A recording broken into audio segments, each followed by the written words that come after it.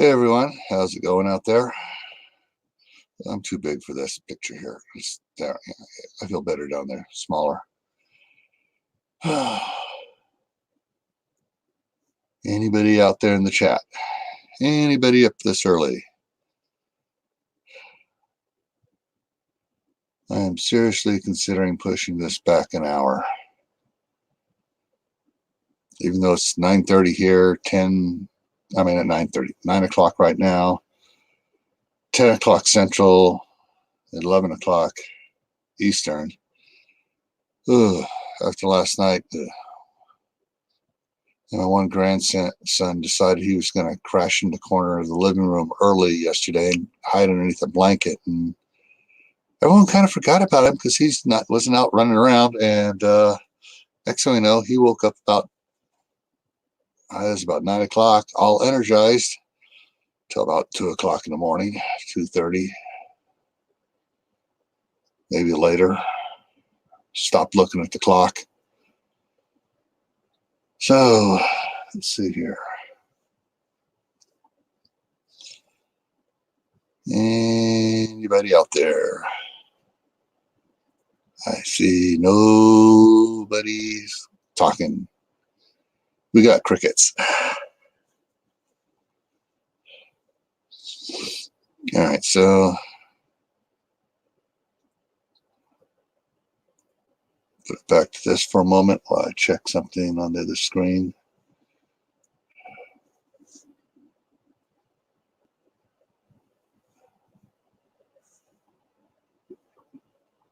Okay, what's going on here?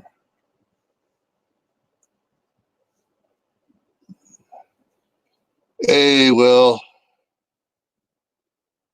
How you feeling?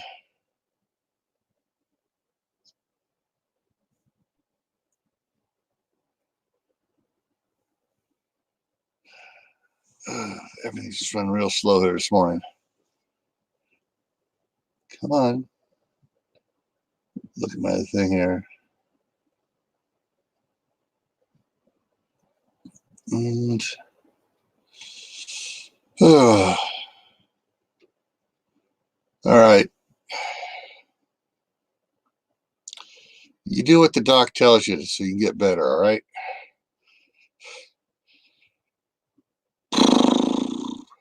Yeah.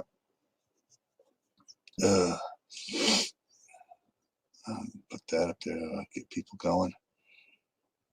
I can put this back up here like this. Yeah. So we just had a earthquake over on the Kuril Islands. Kuril, Curil.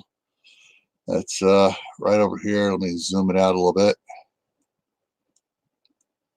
Get an idea of where it was at. Here's Japan, South Korea, North Korea, China. This is up here's Russia.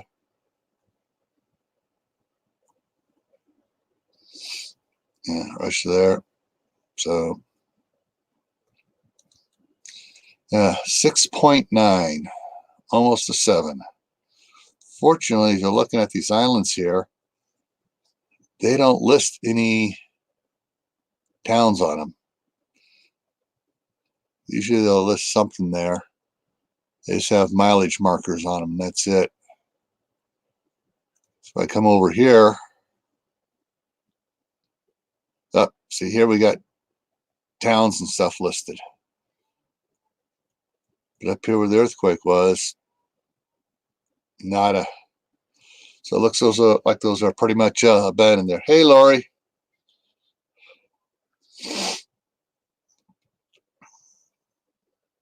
Yeah, I see you already got your live scheduled there, Will, for 1 o'clock.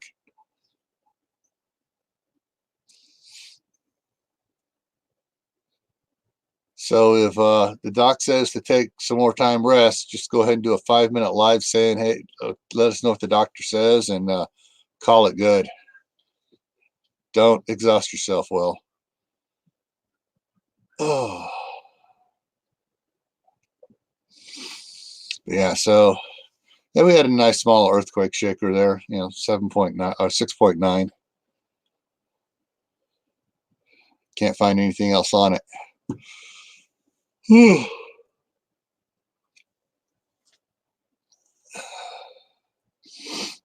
And let's see, what does this say, the weather say? Looking to see what the weather says here for. Ooh, okay, that went up. So right now we're at 13 degrees, partially sunny all day today.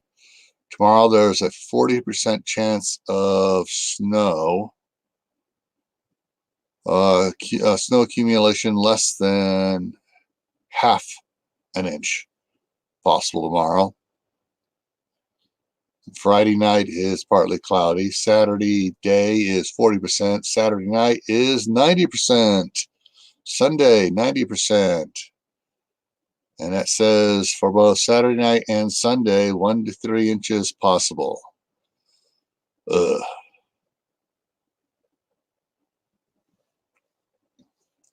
Washington's birthday is Monday. And I got 30% chance of snow before 11 a.m. and then mostly cloudy the rest of the day. That's what my weather is like. Hey, Sand Hollow, how's it going? As I was just looking at the weather here. And if you're wondering what the picture is up here, over in the China Sea there on the Kuril, C-U-R-I-L, let's see, K-U-R-I-L Islands, they had a 6.9 earthquake. Woohoo! So yeah, they were rocking and rolling over there. And yeah. But from what I can tell, zooming on these islands, these are uninhabited islands. And hey, McCoys. So these are uninhabited, and zoom out here. And there is some, this is one of the northern Japanese islands, because we got Japan here, and we got the tip of Russia coming down here, and we got Manchurian Plain. Yes, you got China over here, North Korea there. So, yeah. So these little islands out here aren't inhabited. But, yeah. But if you know, look at the knobby here on the shock wave. So the fault line runs along across this way here. So that's the way the something was shifting one way or the other there. Hey, Howie. Yeah. Anybody want to come up here? I'm going to throw the chat out there. The chat, the link. I am tired this morning. My middle grandson, it was about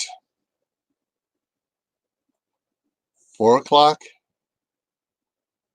was misbehaving and got barked at and went pouted in the corner and had pulled the Afghan up over himself, fell asleep, and with the other two running around, nobody paid much attention.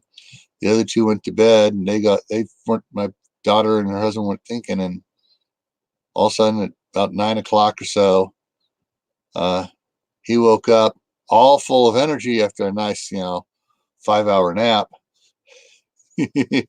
Yeah, and he was up until about 2:30, 3 o'clock in the morning, running around. All right, Dave.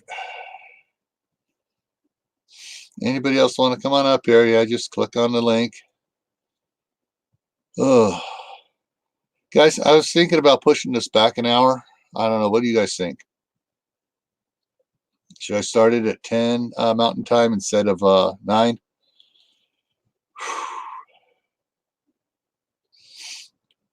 Howie's just passing through. Oh, man, my brain's fried. Ugh.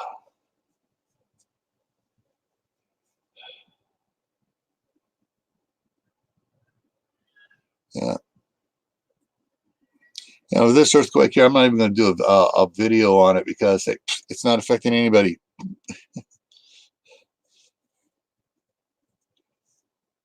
I just haven't found anything on it here.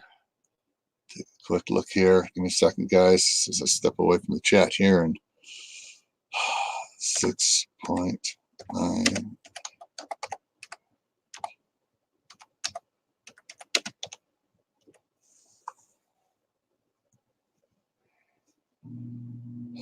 All right, no threat of tsunami. No report serious damage, he says. Off the coast of Russia and Japan.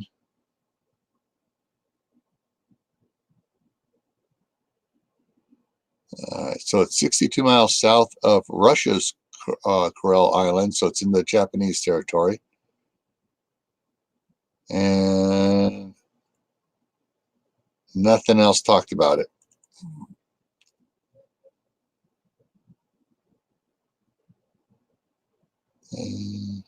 Not talking about any damage at all.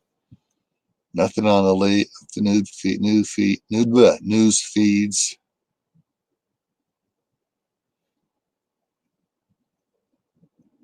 Yeah, nada. Let me throw this over here real quick so you guys can see this. Yeah, nothing much going on at all. I mean, you got, so this is the earthquakes today, you know, besides the one over here. It's maps maybe a little bit slow because that happens. You know, Alaska's got a bunch of, you know, 1.6. This one down here is a 4.8. 2.2. California had a 1.7. Nothing. Oh, the yellow one was a 5.0. And yeah, at least I muted the mic for that one. Yeah. Yeah. So other than the 6.9,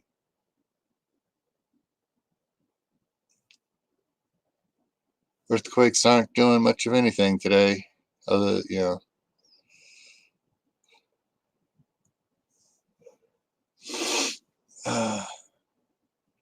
Hey, Mary. Hey, Life Adventures and Keto. So yeah, I was just talking about the big earthquake over there in between Japan and Russia. You know, 6.9. Nobody hurt out on some islands out where nobody wants to live, but everybody wants to claim it as their territorial property. So what's on your guys' mind? What do you guys, what's got you going? Oh, I missed the one up there. Got Mike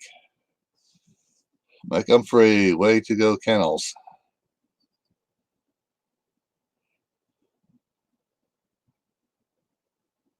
Lulu 777. Hey, how's it going? Eggers and bacon. Good morning. Oh, we're starting to get a few more people in here.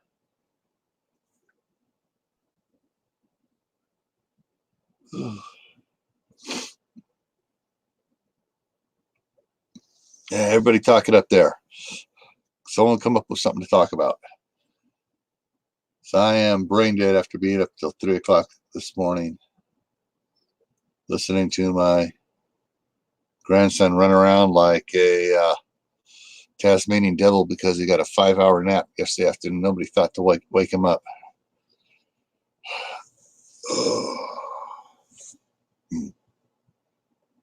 And my youngest grandson gave me his cold, so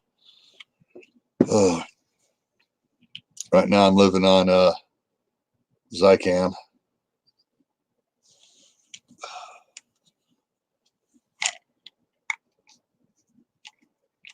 Take another one right now. It's been that time.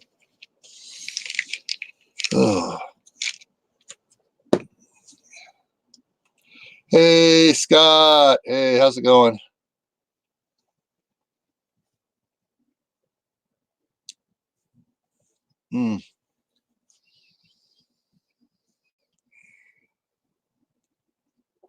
Oh, it feels better.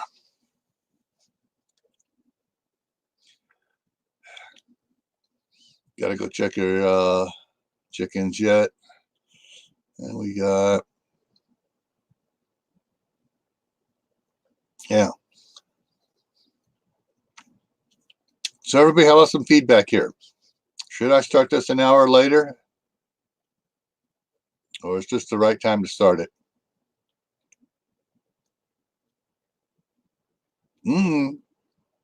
Eggs and bacon, working on some goat pens. What type of goats you get? Milking goats or meat goats?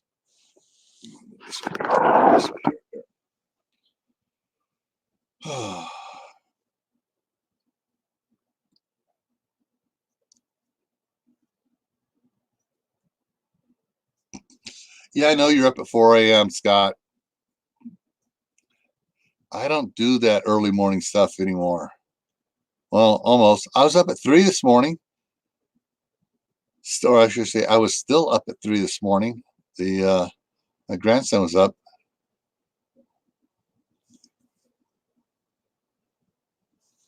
Yeah.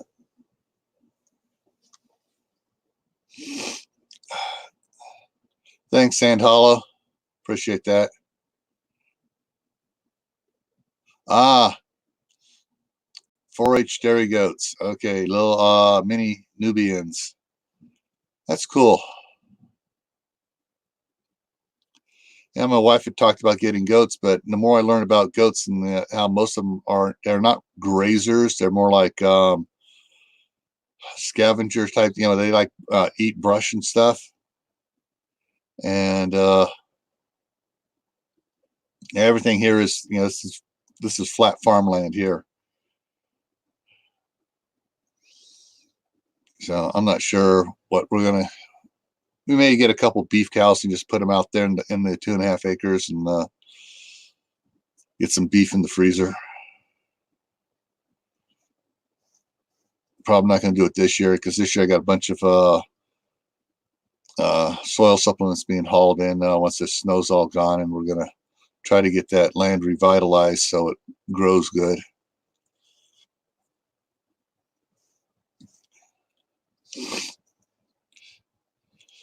Scott, you missed it. I just realized you missed it when you came in. All right, let me put this back up here. So this morning, out here on the Kuril, Kuril islands between Japan and Russia, they had a 6.9 earthquake. So let me zoom out on this thing here and you can see exactly where it's at. Come on, out.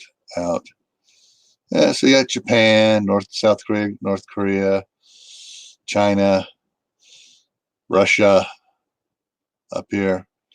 So yeah, that's where it's at. So, but out on these islands, you got towns listed here, but ain't no towns out on these islands. Ain't nobody wanting to live out there.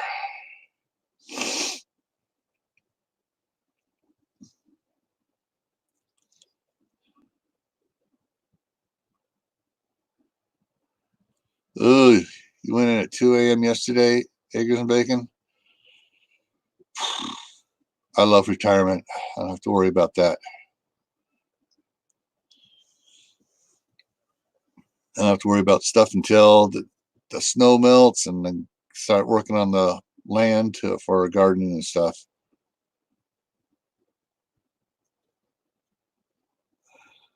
All right, Lori, I'm trying to figure out what in the heck that is.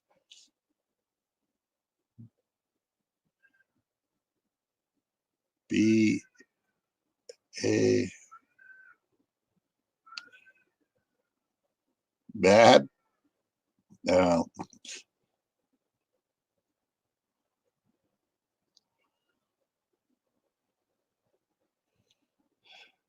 Uh, be back in a bit. Ah, okay. Everyone just says be right back. BRB. You throw me off with these new Canadian acronyms. I love Lori up there in Canada. She has some great reviews on MREs and stuff. Other nice cooking things with cast iron. And, yeah. All right. So back to here. Good morning, Gunslinger. How are you doing this morning?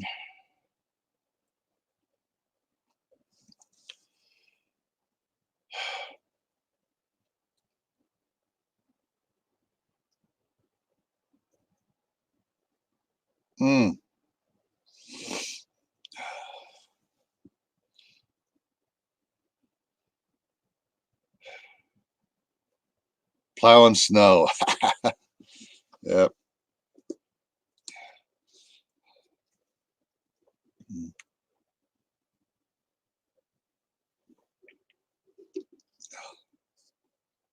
Yeah, the way the snow has been melting around here and refreezing and melting and refreezing, a little snow added to it.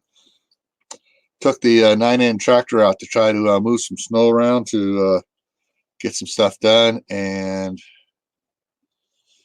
all right, okay, I'll go take care of them chickens. And the because of all the layers and crustiness and stuff, I was lucky to get the tractor moved completely one pass around the house without it getting stuck.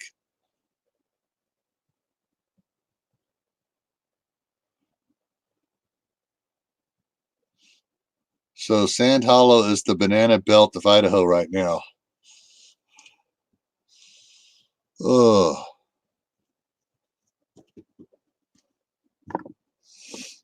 yeah. Yeah, right now, there's some areas out there in the field. It's clear. There's no snow on it because the way it blows around. Other areas it's drifted up to, you know, 18 inches. In other areas, most of the areas though, it's about 8, 10 inches. It's weird. Yeah, right in front of my cargo containers because the wind, they're facing south and the wind comes from the south, so the wind hits it, curls around, just blows the snow away from it. So I can open the cargo containers no problem, but about 2 feet farther away from what the doors swing is about an 18-inch drift.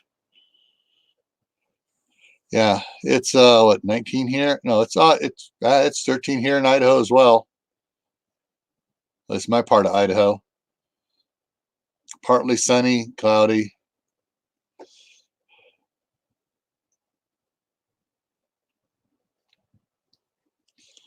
Oh man. Yeah. So it's been a bit of an interesting week. I actually finally got Doc Bones and Nurse Amy to come on my one of my live streams. I'm gonna be here Saturday. That's gonna be cool. And we are not gonna be talking about the red dragon from China right now. We're all getting kind of tired of that thing, and so we're going to talk just about regular medical preps for normal preparedness in everyday life and stuff you should have around just because you should have it around. So, but man, my brain's not working still. Growing zone am I in? Shoot, my wife can answer. She's the one looking at. I think it's 5. I'm not sure. Let me check.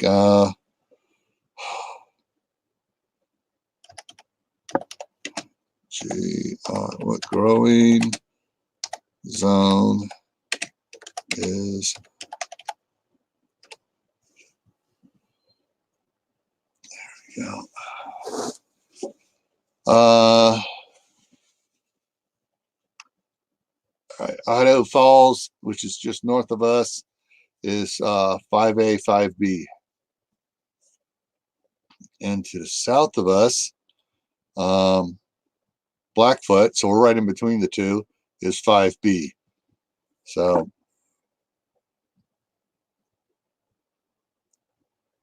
and Nampa over on the other side of the state. Nampa 7A. So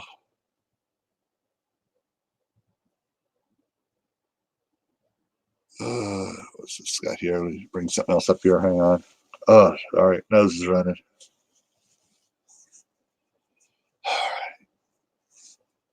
So actually, let me bring this up over here. On this one over here. Put this over here. Open new one.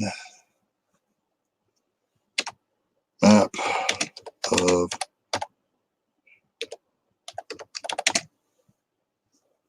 growing zones. Let's see what that shows here. Oh, wow. Got a bunch of, I'll take northwest.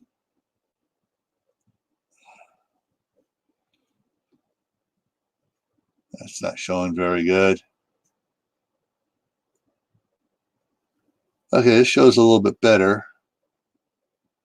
So the higher the number, the warmer it is. Yeah.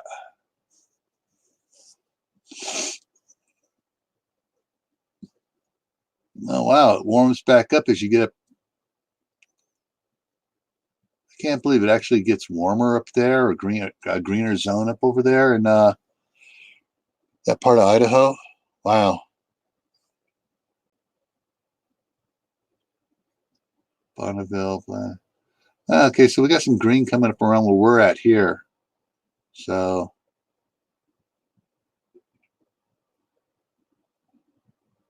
all right. So we're 5B, maybe a little 6A off to the side here if it falls just right.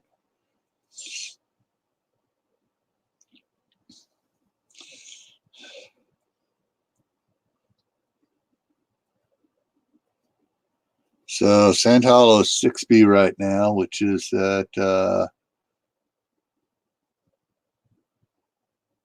what county are you in, Sand Hollow?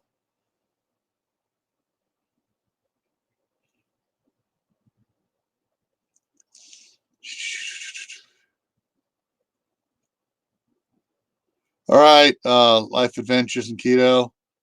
You have fun too. Yeah, this isn't the flu. This is just the little kids. You know, my youngest kid gave me the stupid cold, runny nose, and sore throat.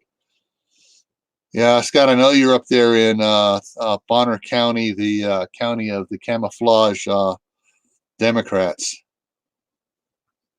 Yeah, they had Democrats that said they were Republicans and got into office up there.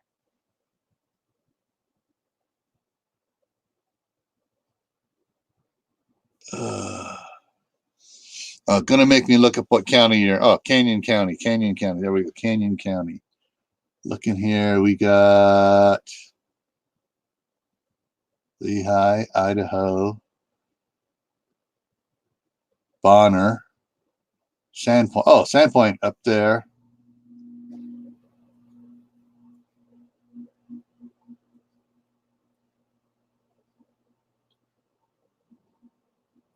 Overlay.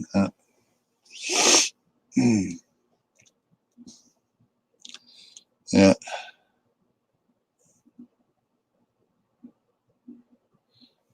Yeah. That's right, Scott. You're gonna have to go up there and deal with them camouflage Democrats and try to get them out of office.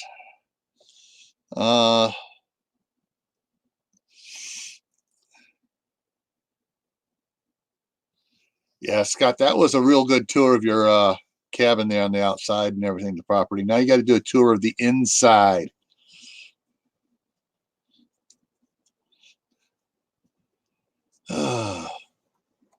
Let's see here. Yeah, where I wanted to buy, my wife wanted to come over here because my daughter and her son were going to stay over here. Or my daughter and her husband were going to stay over here, you know, in the Idaho Falls area. Where I wanted to go is over is Adams County. That's where I wanted to go. And it's that area there is 6A where I wanted to go to. Town of Council. Actually on the west side towards the border.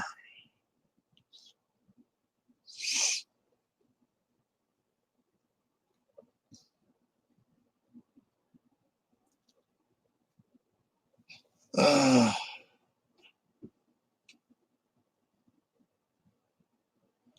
yeah.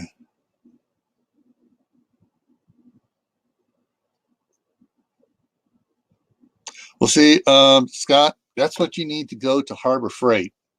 Grab a bunch of their cheap closed circuit TV things, or just get some bunch of the fakies and put them all over the place.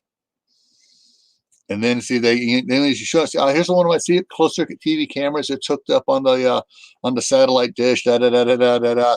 And then anybody sees it and they see all these, you have all these cameras and nobody wants to get caught on film.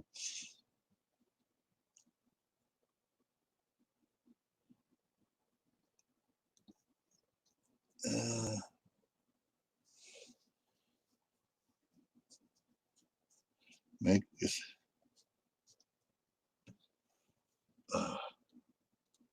Pardon me, guys. Nose is dripping. Oh.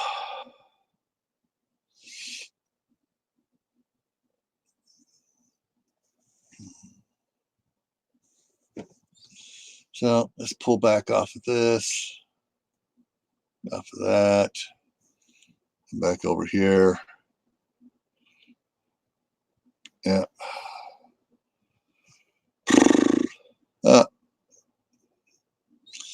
Mary had to go make a coffee run. I don't drink it, but I could use some hot apple cider right about now.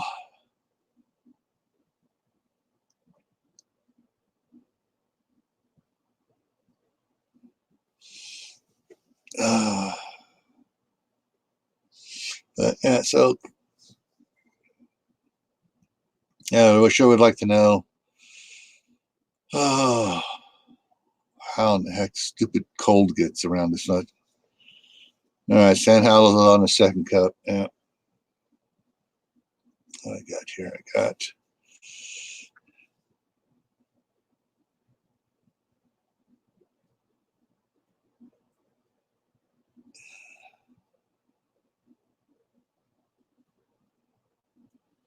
yeah. Yeah, eggs and bacon. Almost need to get make a requirement that they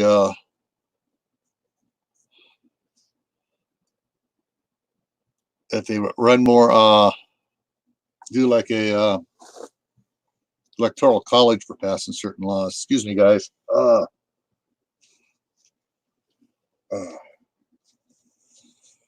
Nose is just going.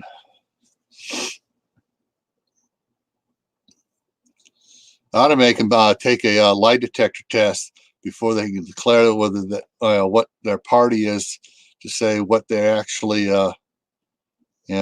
their beliefs are.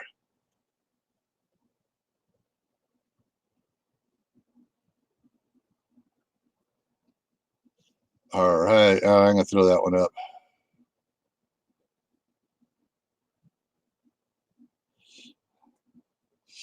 Congratulations.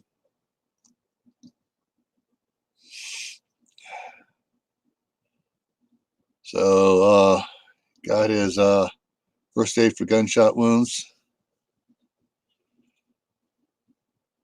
Oh yeah, there's always going to be a lot more to learn. In that class, did they talk about come on, there we go. Did they talk anything about triage when you have multiple gunshot victims? Which ones to treat first?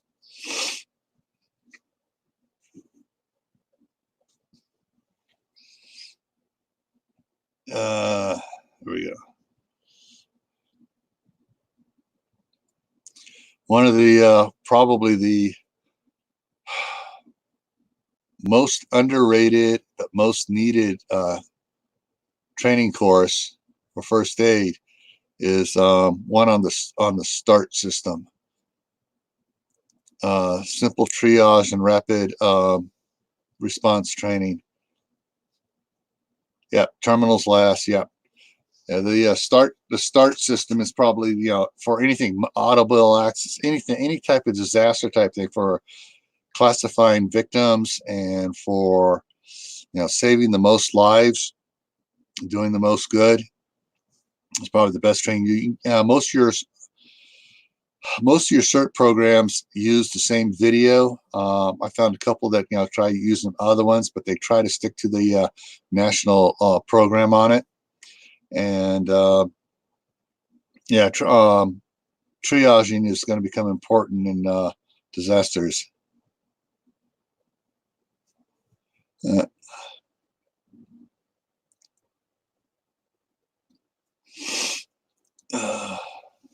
yeah, man, just make sure they're not scented tampons though, because that can put off-gas chemicals into the wound.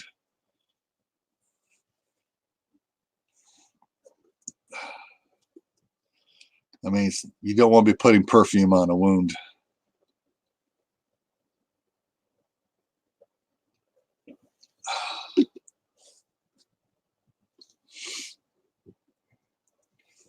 Yeah, the Democrats are getting sneaky. I noticed that I saw where in Arizona, and what the heck? Okay, I gotta take care of something. What's just popped up, and I got my also monitoring emails and stuff at the same time here. Okay, but where Arizona, yeah, the counterfeits that have gotten in pretending to be Republican have gotten in there and are trying to pass gun control laws and red flag laws and everything else they can right now. And he's trying to remember what Ryan at Prescott Caliber Club, how many type of bills they're trying to get passed right now. Really, they ought to, anybody that runs for political office, they should be required to take a lie detector test. What's your actual standing on the Constitution, gun control, immigration, and are you take who's actually supplying you money, and who do you owe favors to? That there would eliminate a lot of people running for office.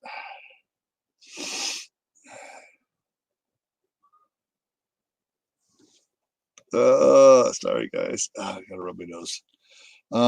China is quarantined, so buyers. Yeah, China's the supplies coming from China. All the masks and stuff. They've been stopped now for a month. Stuff has just been pulled off the market. Pennsylvania Prepper did a couple videos on the masks and stuff, the N95s and the antiviral masks and stuff, and how they all just suddenly went poof. Yeah, they're and she was getting some. She was going to order some from a wholesaler because she has the tax ID number and stuff and everything. And while she was on the phone with them, the last box of 50 out of New Jersey disappeared.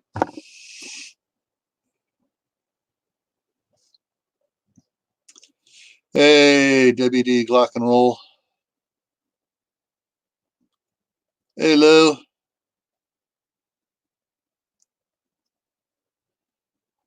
Well, that's just it. If they did that, nobody would pass the test, and then we'd have to get somebody else who isn't interested in becoming a permanent, lifetime politician, and they'd get in there for a year. We get in there for one, maybe two terms, and get the heck out and say, "Screw this," and let somebody else be the target for a while and get them in there. That's the way the original Congress went and stuff. They were only in there for a couple terms and got out of there. They weren't paid. They weren't paid. They were there voluntarily. They got a little per diem for their costs for staying in and travel and stuff, but that was it.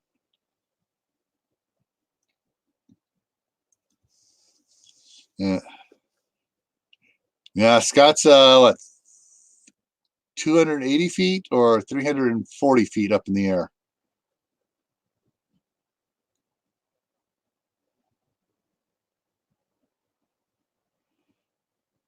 Yeah, let's see, is it warmed up here? I'm going to refresh my temperature here.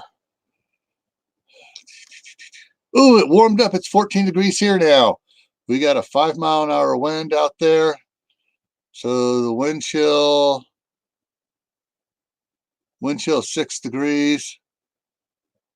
So it puts it down. So yeah, so wind chill drops it down to 6 degree temperature outside.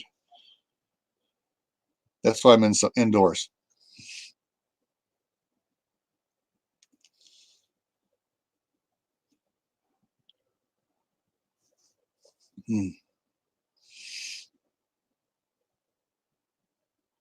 Yeah, but if Scott were up there and took a video now, it'd be what 2 feet of snow around the place, and a wind drifts up against the side of the house.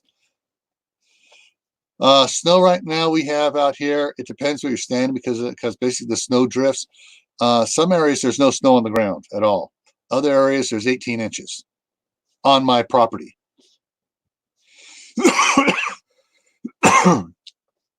Scott says he's got about 30 inches of snow up at his place.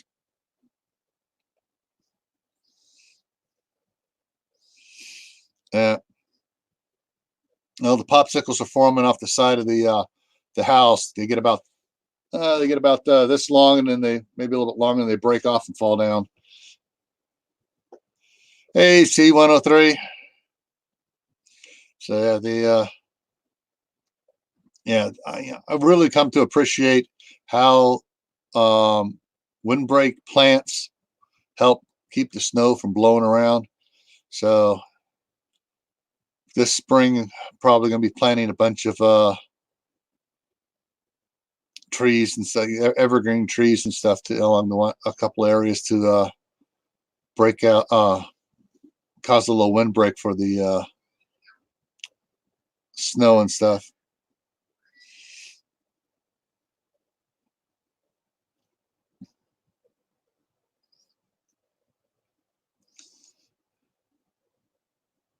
Yeah, yeah. Scott's chomping at the bit to get up there to Bonner County. Hey, Steve, how's it going?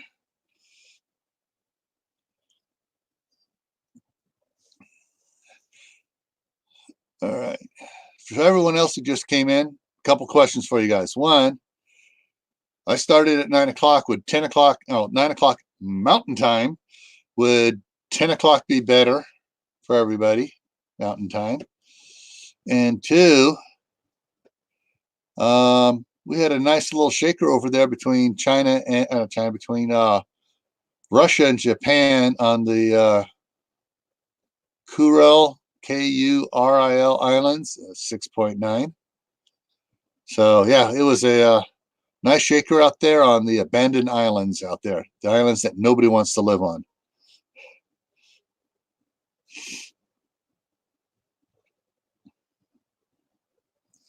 So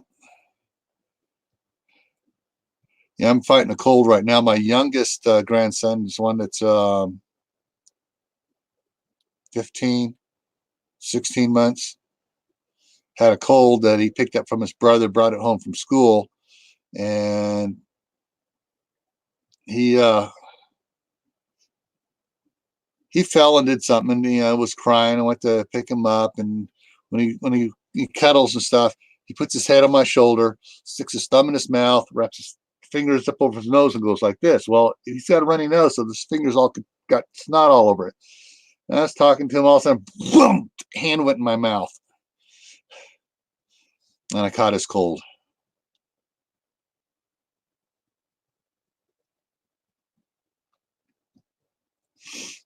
Yeah, so yeah, there's going to be a lot of stuff that is going to be all of a sudden missing on the market over the next 6 months or so, because a lot of stuff made in China isn't being made right now because or most people are in lockdown in the areas.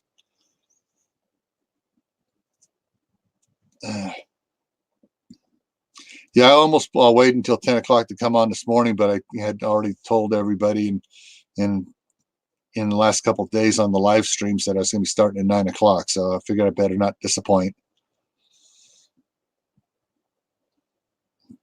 Now, one company I know that's going to take a big hit is going to be Harbor Freight, because their supplies are going to dry up on a lot of their stuff here because China's not shipping stuff out.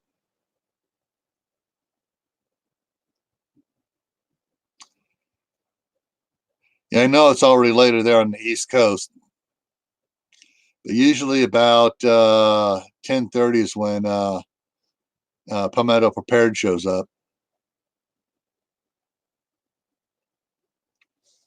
Ugh.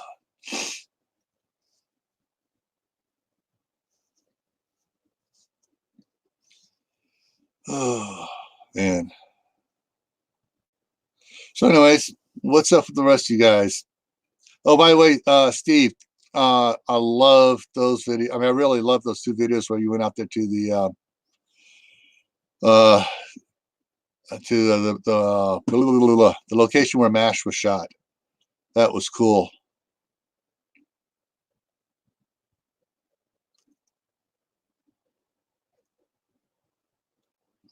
The new 22 Glock's not getting good reviews, huh? Who is it that had one out, put one out? I was watching a bunch of the videos from SHOT Show, and was that FTB News is doing there's a bunch of reviews there, and they were listing a new 22 out there. I'm not sure whose it was, but you know, if you want a 22, a 9-shot 22, H&R makes a nice revolver, 22 revolver, and you can swap out the cylinder, so it takes not only 22 long rifles, it takes 22 magnums.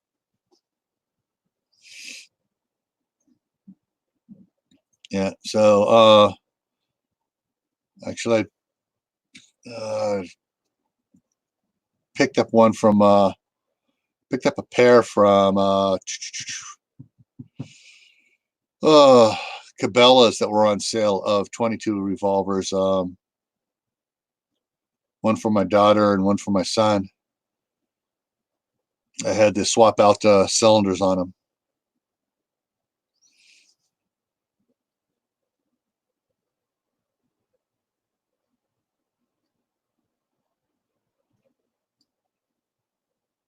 Oh, you're still out there playing. You're just kind of listening to us while you're on the tractor. That's cool.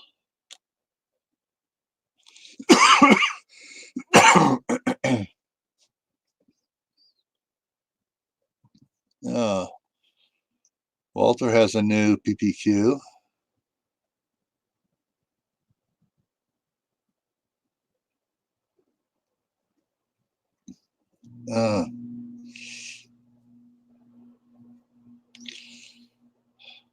Looking for a semi. Yeah. Thing I don't like about semi-autos, and I've mentioned this before, so this is just my personal preference, and I've had a bunch of semi-autos too. Barrel length. You know, I'm a fan of longer barrels. That's why I like revolvers, because revolvers come with, you know, 6, 8, 10-inch barrels. And when I went to the police academy, I had my service revolver, which was a Smith & Wesson Highway Patrolman Model 28 on the end frame, and it had an 8 3/8 inch barrel. And I thought I was going to be the odd man out in the academy. Well, it turns out someone else had the exact same gun, only he had the all chrome version, and someone else had one with a 6-inch barrel. And there were a couple other revolvers, 4-inch barrel revolvers there, and everybody else had the semi-autos. All right, timeout, squirrel. Scott has his Smith & Wesson 5906. Okay, that's nice. But when it came time for everybody to go to the gun range in the academy, the problem was they made everybody shoot left-handed as well. or offhanded. If they were left-handed, they'd shoot right-handed. But so we had to shoot both hands. And then we had a competition, and it was a timed competition. And that screwed everybody up except for the guys with the revolvers, especially the long barrel revolvers. The two 8 3/8" barrels revolvers took first and second. The 6-inch barrel took third. And then there was a big gap in the points down to the other shooters. And, you know, it was almost ridiculous because all these guys with their semi-autos also had their extended magazines. Yeah, I can throw a lot more rounds out there and stuff. Hey, Ryan. You got Ryan the gamer in the house. And it's like, yeah, you can throw out a lot of ammunition, a lot of bullets down range, but if you're not hitting anybody, what good does it do? Well, I can take a half a second, quarter second longer with my 8 3/8" barrel, and I can put one dead center mass. Oh, there's one down. And so, yeah, that's why I like the revolvers a little bit better.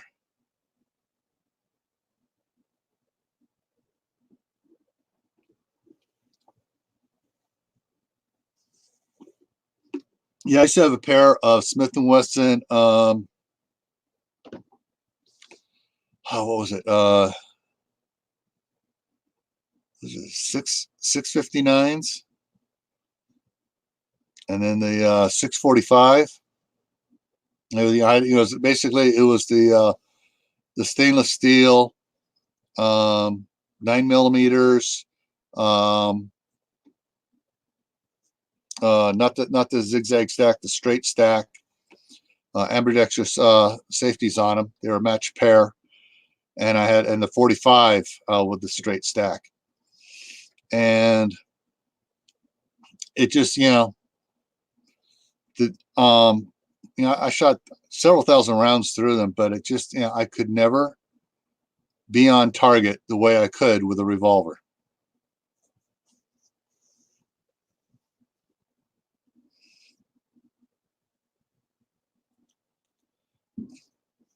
Yeah. What I really want, though, what department? That's when that was years ago when I was working for the Contra Costa County Sheriff's Department in California.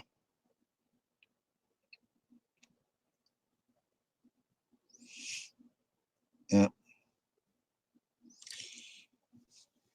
Yeah. So, yeah.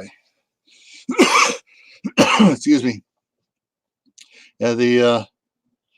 And you get to the guns, even revolvers that have short barrels, anything that has anything less than 4-inch barrel on it. I mean, your accuracy goes downhill.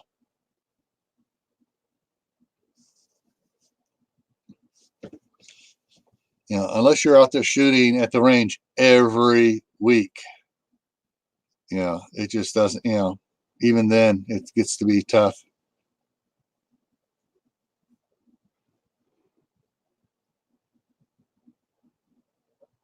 Yeah.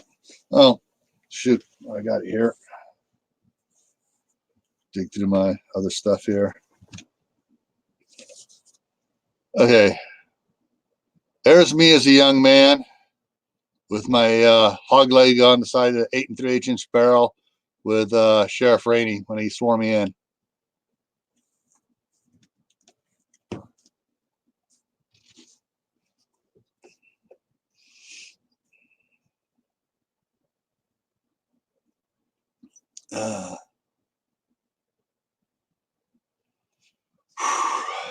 Yeah. Yeah, it's been a but I wanted one of the guns actually I want to get. I got to get it custom made. So I found out companies like BFF and some of the others are making the big caliber revolvers. They got like the rifle calibers for the 45-70 and some of the other ones in for 5 and 6 shot revolvers. I want to get a Weatherby 257 in a revolver. So I'm looking at picking up a Weatherby 257 rifle.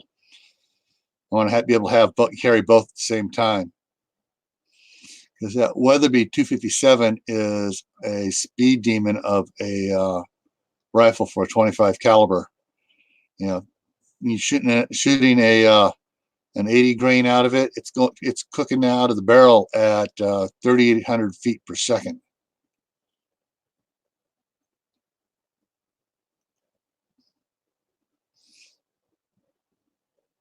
Yeah, 45 long Colts are great.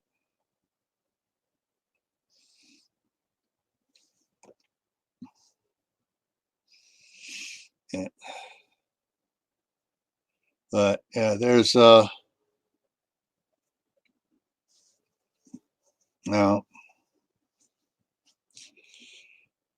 I also got to look into getting a special shotgun. Get a pair of get a double barrel that I can put the 16-inch sleeves down inside of, so I can fire rifle shells out of them.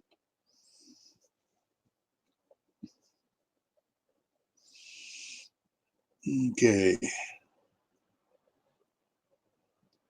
It's 47 down there where you're at. Oh, geez. I guess you're bundled up in a park, aren't you, Steve? Tease, tease, tease.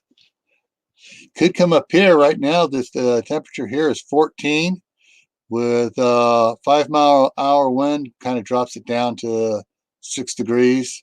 Nice, brisk, energizing, temperature. No, it's nice and clear out there right now. I look out the window,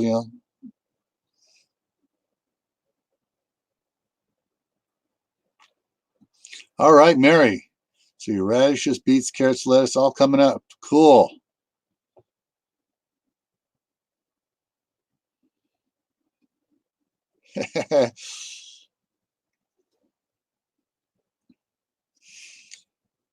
Ryan, it was 78 degrees last night when you posted. Oh man, this must be saying 78 all the time back there right now.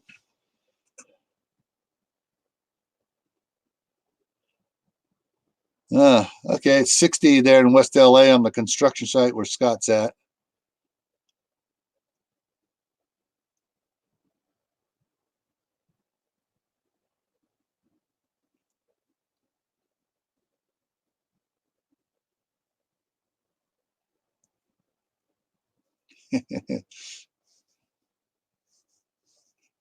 All right, and the argument's on whether it's Long Beach or West Los Angeles.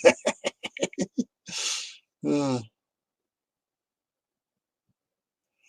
right, Lou. Yeah, there are insert sleeves that go into the shotguns that you can get in 22, 223, 30-30, 30-06, 308, 45-70.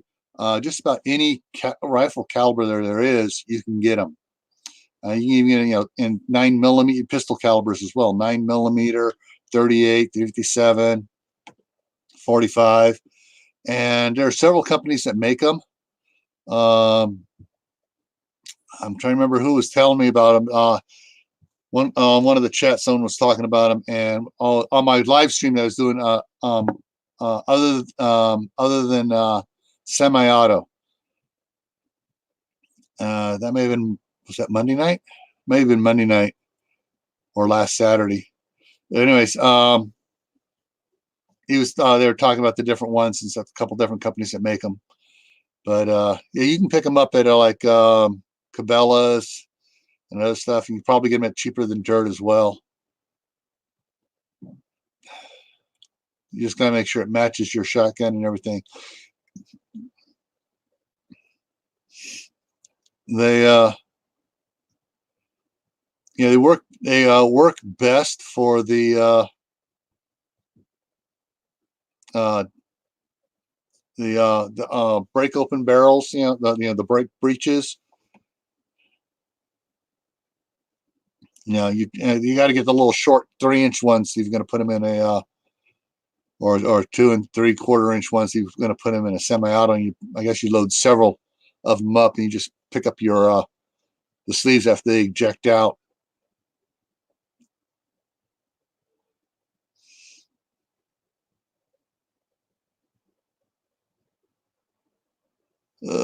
Minus 14. Yeah.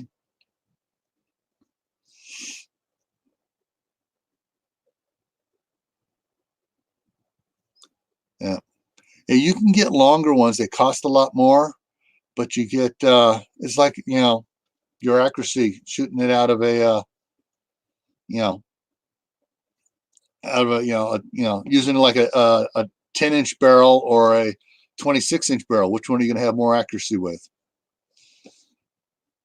Because it gives more revolutions, so you make sure you get full spin on the bullet, and it's just it comes out longer and goes better.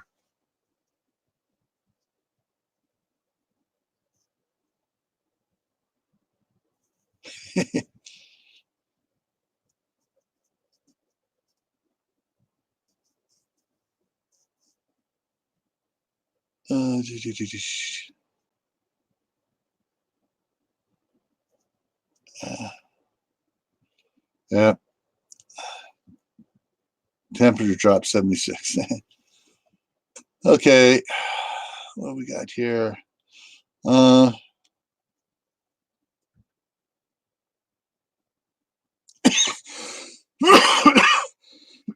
Excuse me. Yeah. Oh, actually, let me check something here for you. I'm gonna look at something here. Look something up here. BAR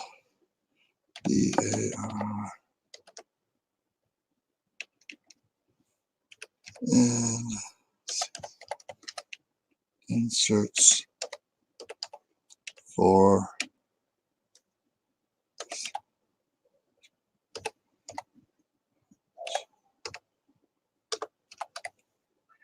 that was interesting. I started typing barrel inserts for shotguns, and I got the barrel inserts for rifles popped up. So let's see what this has here.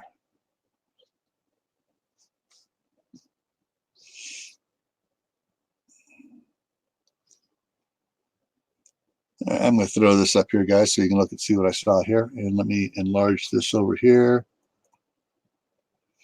So short lane, find shotgun adapters, gunadapters.com, outdoor life was reviewing Chapa inserts, convert your shotgun for other gauges, the Excalibur survival shotgun adapters.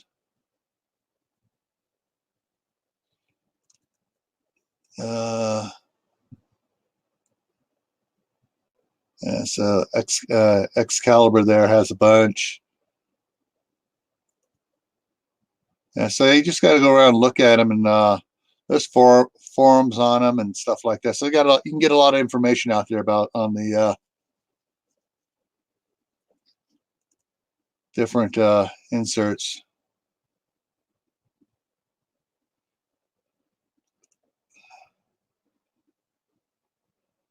Yeah.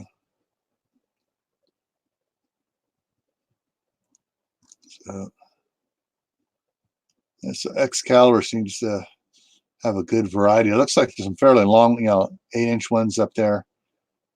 Gives you oh wow, look at all the. Let me see. Yeah, so you go from 12 gauge all the way down to 22 here. I know you guys can't hardly see that. Let's see if I can just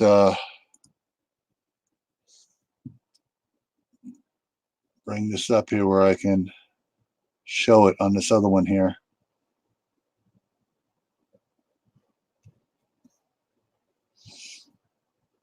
And of course, it's going to take forever to load because I have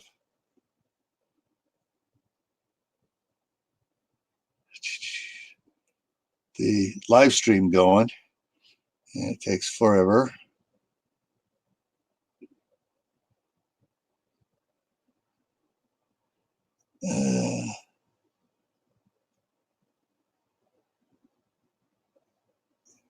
I keep water from freezing. Don't think it would hurt the chickens. The chickens love the beets and stuff.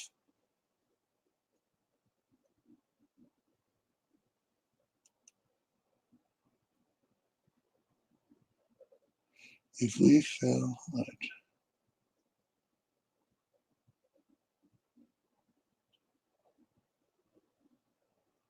all right. I'm going to put those questions up here.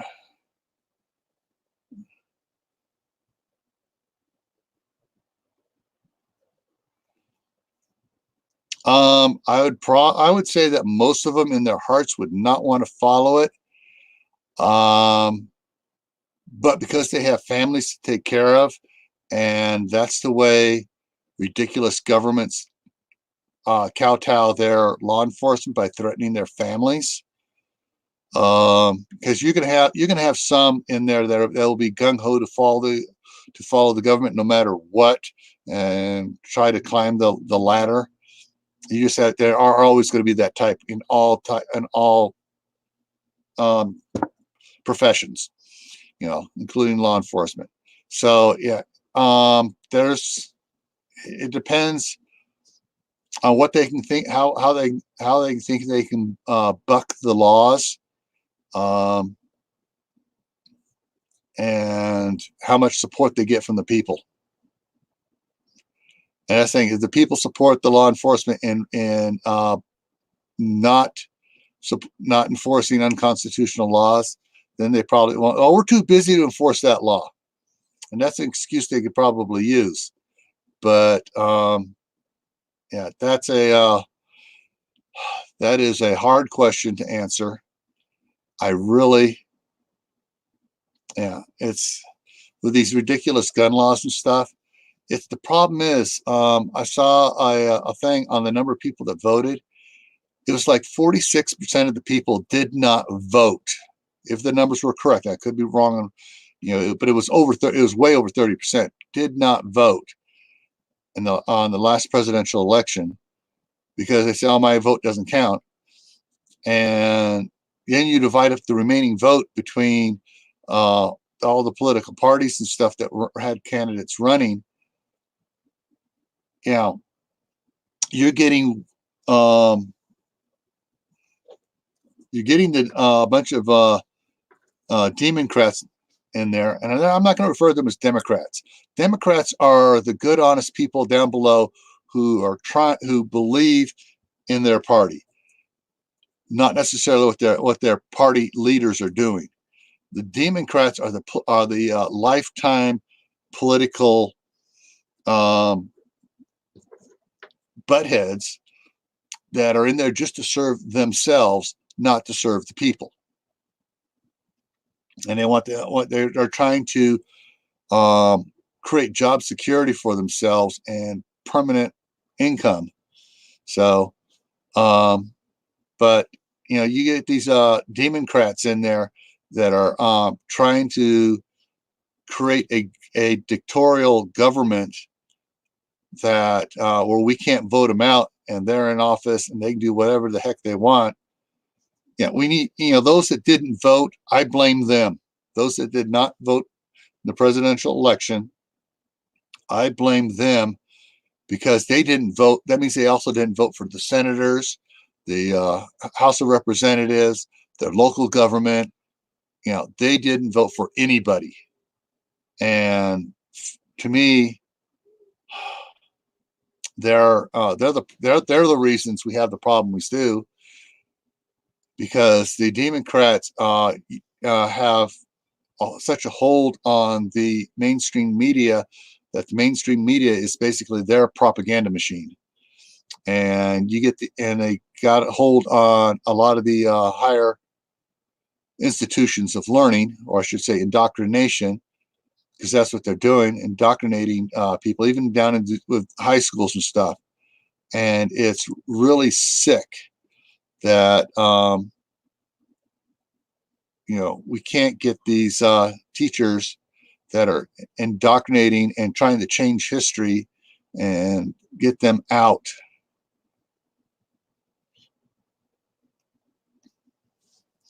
And that's the other thing too. Yeah, there will be mercenaries they will bring. They're not private contractors. They are mercenaries. Call it what it is. A rose by any other name still smells the same. Uh, uh, Shit by any other name still stinks.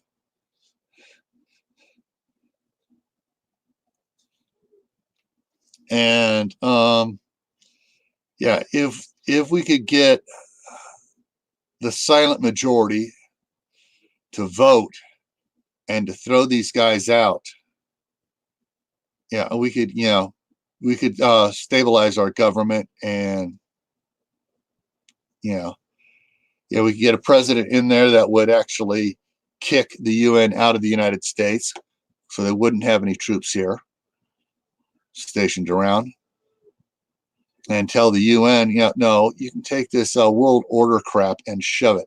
We're not going to be part of it.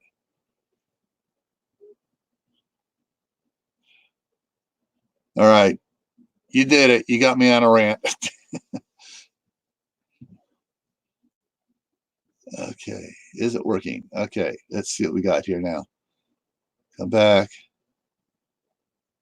Trying to find a bunch of different inserts. So those, some of the rifle he's using. He's got his barrel inserts there.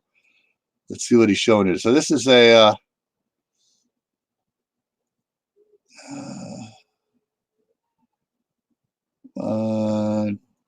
open up. Yeah. So there's your there's some barrel inserts right there. Looks like 6 or 8 inch barrel inserts.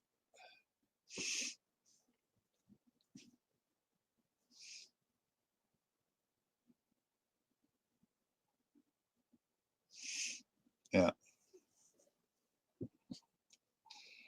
All right. So let me pull back to this.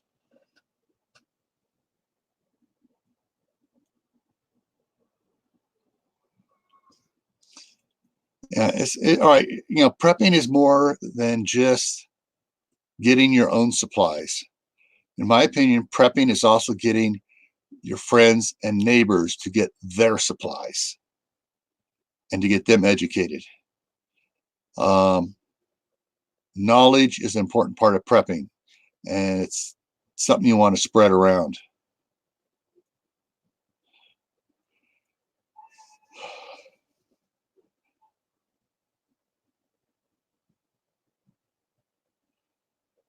Oh.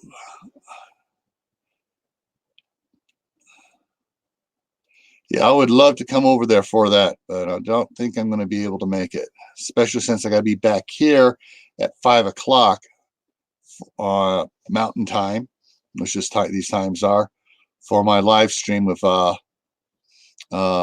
and Bloom Doctor and Nurse Joe and Amy Alton. So I got them on my show Saturday at 5 o'clock Mountain Time.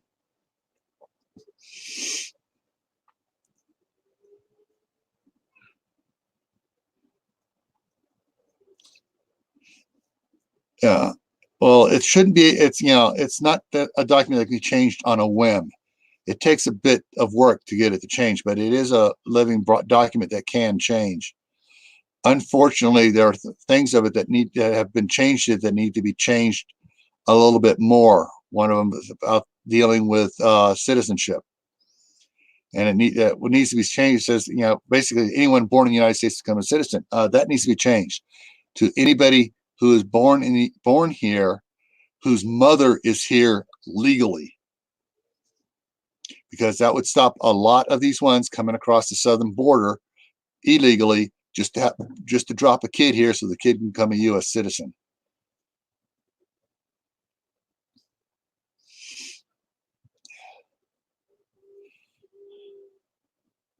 Let's see what else we got here.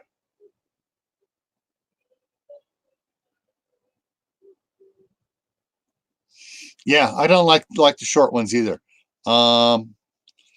Interesting point. talking about that particular round, the 357. The 357 rifle with the 26-inch barrel. When the 357 Magnum burns up just about all of its powder going through there. So you figure a 357, needs that much barrel to burn up all of its powder and use it. So you're firing out of a 2-inch stub nose, or a 4-inch, or 6-inch, or even my 8-inch. It's not burning up all the powder.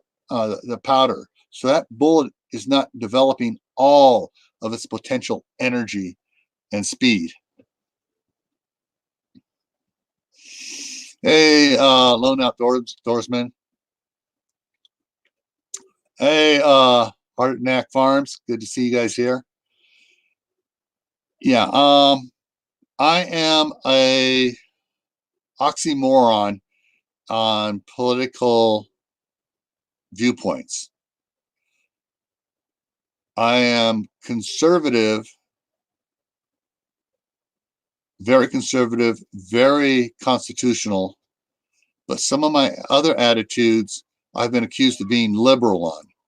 And to me, it's like, no, that is not liberal. The liberals may have adopted that, but it's not a liberal point. It is actually a very conservative point.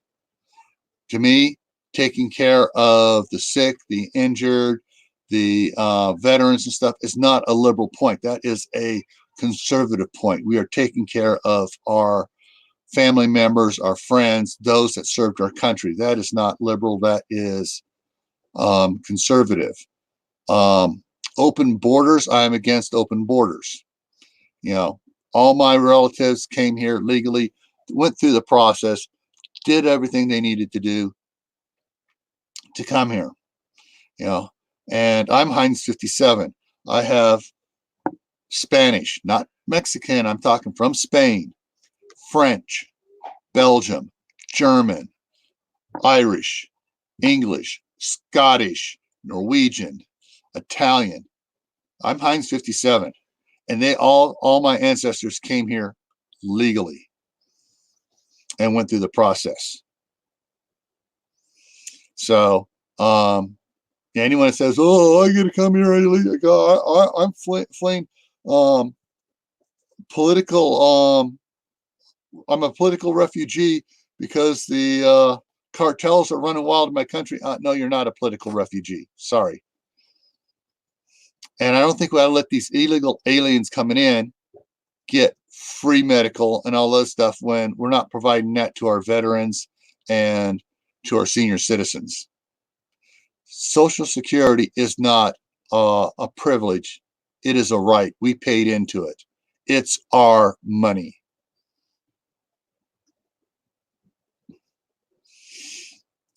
And it's just, I'm on a rant again. I'm sorry. What's on your guys' mind? Stop squirrelizing me and get me off on these points. Hey, Kathy. How you doing?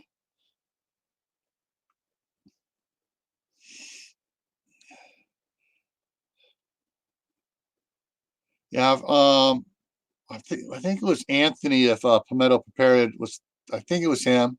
If it wasn't him, I'm giving credit to the wrong person. I apologize. But private property should be private property.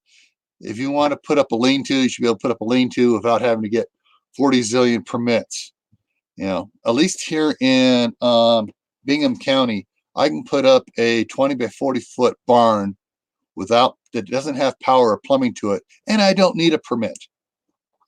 Now, putting plumbing, water in there, yeah, I could see them wanting to have it inspected to make sure I'm not putting in something that's going to break and spray water, everything, cause problems. I can see them wanting to inspect electricity so that it doesn't cause a fire. I can see that, but that's a safety issue. But just to build a pole barn or a hay barn or something for the cows or whatever, no.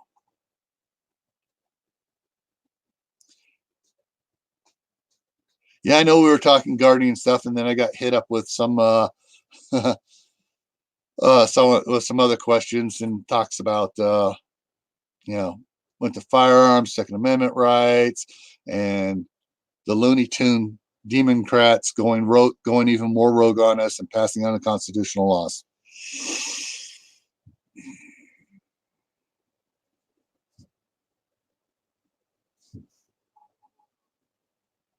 Yeah. Yeah, anchor babies needs to be done away with. If the mother is not here legally, and I don't mean with a green card, I mean here legally for citizenship purposes, the kid is not automatically a U.S. citizen.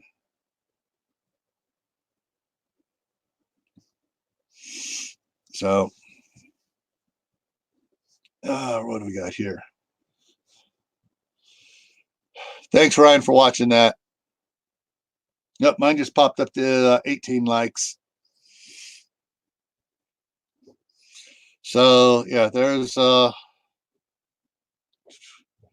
one dislike. Must have had a troll in here.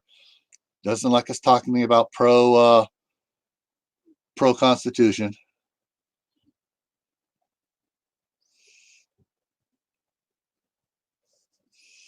So yeah, Lori has the same problem. She's got Trudeau and his distorted mental state.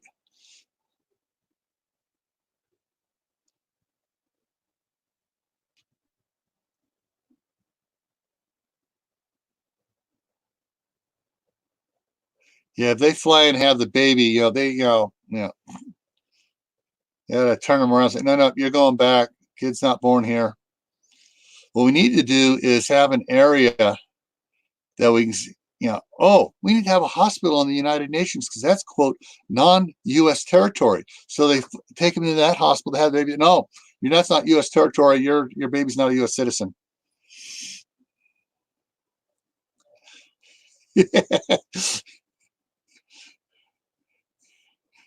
Wrong one. Yeah, you waved a squirrel in front of me.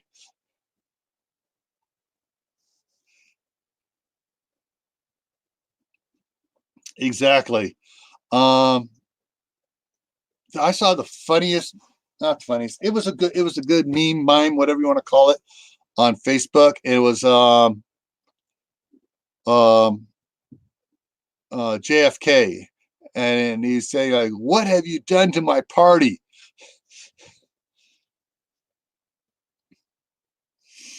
Yeah, Lori. Yeah, it's time for the UN to go bye-bye.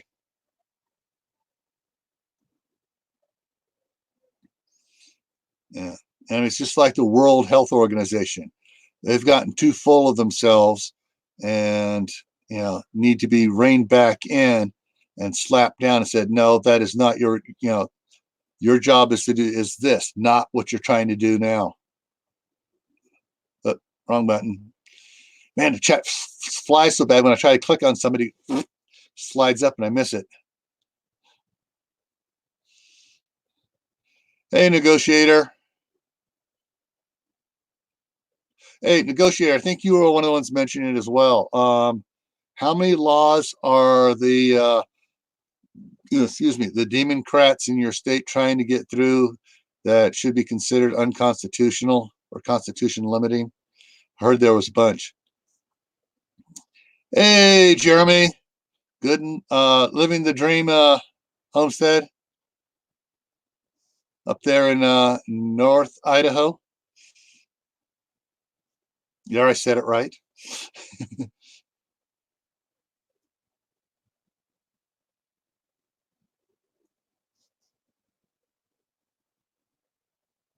Yeah, exactly. These fly in, have a baby, fly home people, those kids should not be listed as a U.S. citizen just because they're born here.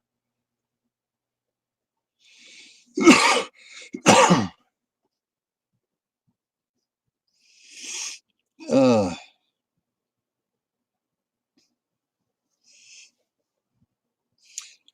so, Jeremy, how much snow do you have on the ground up there? Has any of it started melting yet?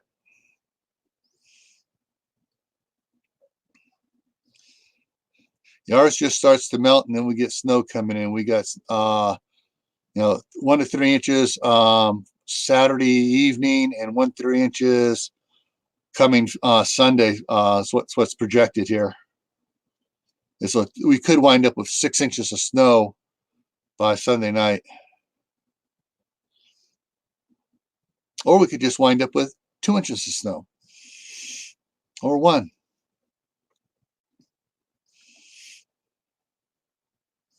Because we're January. We're just a little bit halfway through winter.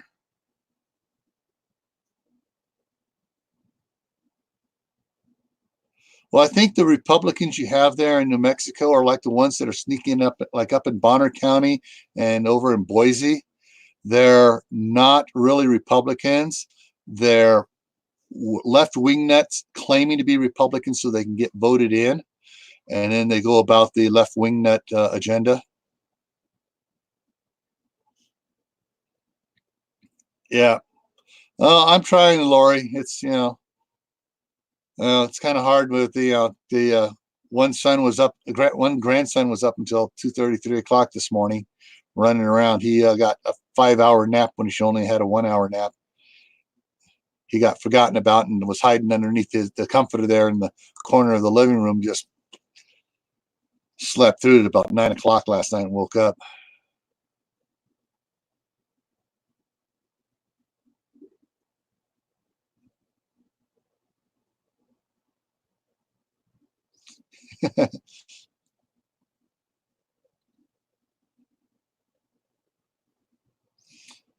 Yeah. I call them demons in conservative clothing.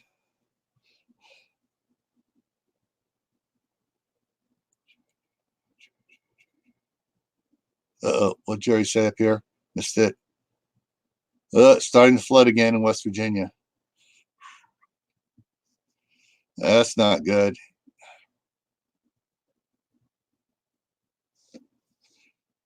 Exactly.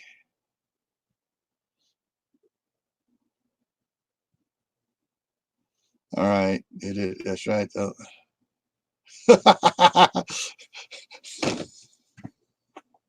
I love it. Yes. Yes. Yes. Okay. Be right back. AFK. After food. What? Hey, fork and allotment.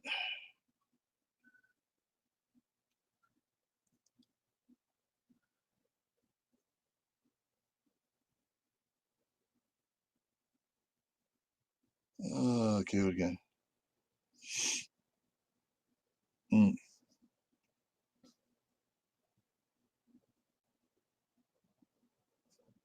Whoa. So Scott's got a 10-minute break and he's picking up an 80,000. Ooh. Woo. Yeah, take it nice, slow, and easy on that one, Scott. You can go ahead and turn us off, or turn the volume down so you're not distracted by us. All right.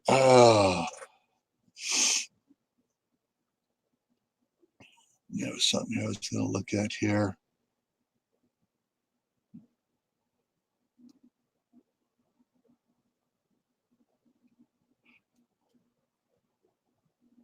Let's get out of it. It's almost nothing.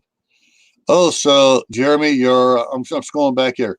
Your so your place is actually a magnet for the snow. Once you get off your property, it's almost no snow, huh?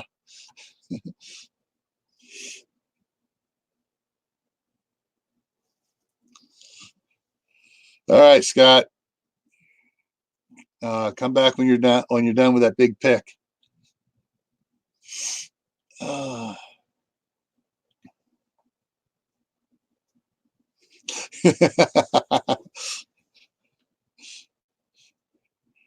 Yeah, Jeremy, we'd like to have Scott go live with a GoPro sitting there showing what he's doing, picking stuff up and everything. The shade is getting you up there of all the trees, keeps the snow from melting.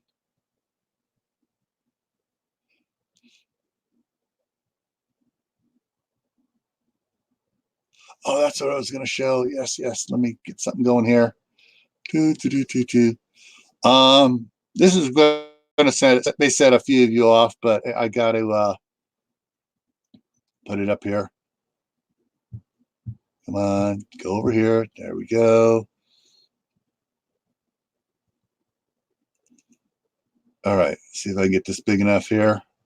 All right, so throw this up over here. I'm gonna throw it. I have to go big on it. All right. Section 18 of the U.S. Code, subsection 2071, subsection B. Whoever having custody of any such record, proceeding, map, book, document, paper, or other thing willfully and unlawfully conceals, removes, mutilates, obliterates, falsifies, or destroys the same shall be fined under this title or imprisoned not more than 3 years or both, and shall forfeit his office and be disqualified from holding any office under the United States and code. Yeah, right. So when Miss Face there tore up her copy of the State of the Union, which is a protected document, she violated the law. She should be removed from office, fined, and thrown in jail for 3 years.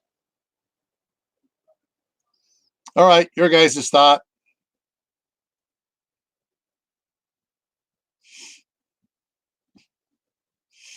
So, anyways, yeah.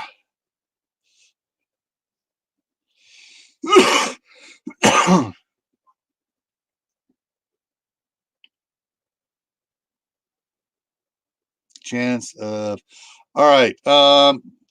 Detroit. Yeah, I'm trying to do we're not talking about the Red Dragon here. Trying not to talk about it, but yeah, it's going to be a problem. We on Monday we'll probably be hammering on it on Monday on just in time prepping. If Will's not running it Monday, then either Dave or I will be running it again. And yeah, we will hammer it on Monday and talk about the medical facilities here in the United States.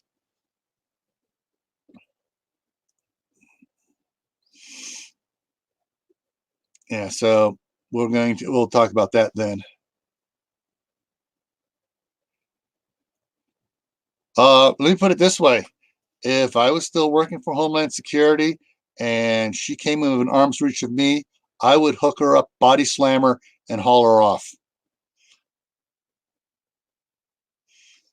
Heck, my whole team would be on top of that one.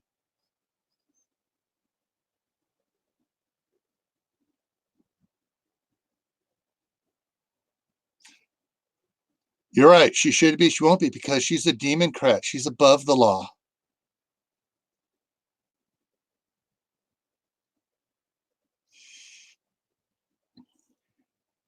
Yeah, Scott. Unfortunately, impeaching can only be done by them. What we do is we recall them, and that's what it needs to be. There needs to be a recall election for those 46, 43% that didn't vote at all to get off their butts, get out, sign the petition, get a recall election going, and get those people recalled. Because there's another 23% of the population that would join along with them. And if you have 23% and 43%, that's more than 50%, and that would get them gone. It'd also be a big wake-up call to the to those that are doing that sort of crap.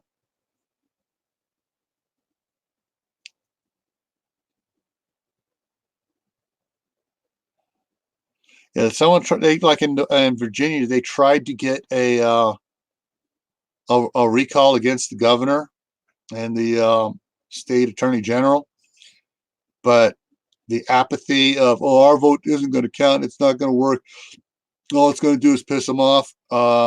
Yeah, that's why no one would they couldn't get enough people to sign it.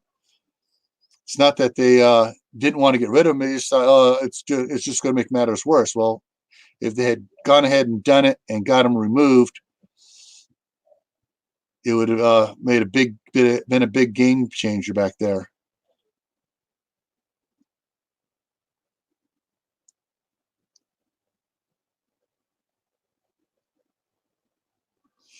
It's not starting. It's been that way for a while. And it's not petty crimes. It's big crimes. So I'm going to go on another one here. And how do you remember back about a year before the election, that general, maybe it was 2 years, the general that made an oops on an email that has some classified information in it, and he went to jail, and it was just one or two emails, and that was it. It wasn't hundreds and hundreds of emails like the former Secretary of State did. Yeah, but yeah, he was a Republican, and he went to jail for one. He goes, oh yeah, and he fessed. I made a mistake. This was shouldn't have gone, and they sent him to jail. She goes, oh, I don't have to worry about that. That doesn't apply to me. And yeah, she yeah, she's probably the biggest Democrat. Her and her big pharmaceutical cartel for the crap that they were doing.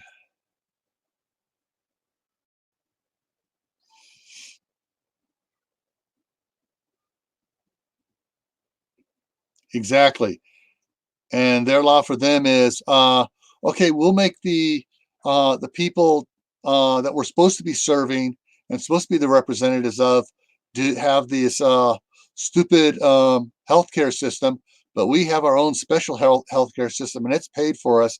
And so long as we serve one term in office, we get a huge, ridiculous retirement package that is not tied to Social Security, cannot be cut, but we'll raid their retirement Social Security.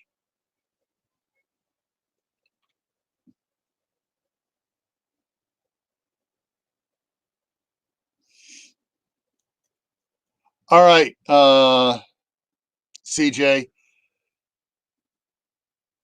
this is the second time you said that on different one.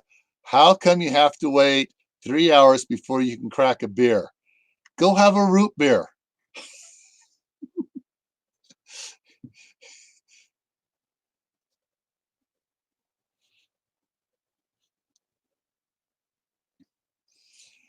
Yeah, Lori, I seriously, in full honesty, wish you could. I wish you the best of luck on trying to get something in on that.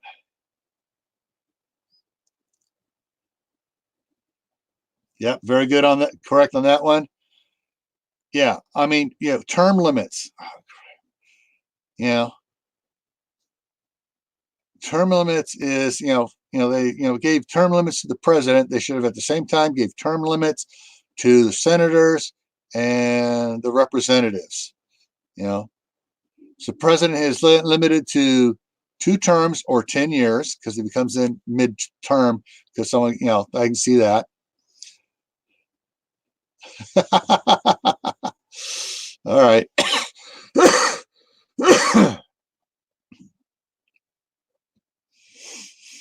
All right, I can understand that. Hey, ask her about near beer, non-alcoholic beer. She'll let you have that. Um, I would say 2 terms for. I like what they have for the president. 2 terms or 10 years because he comes in mid-term. Yeah, he can finish out the term, but two full terms. Same thing for senators.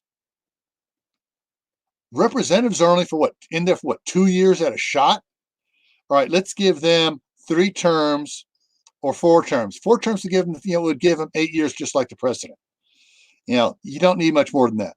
I think that the senator's 6-year term ought to be cut back to 4-year terms, like the president.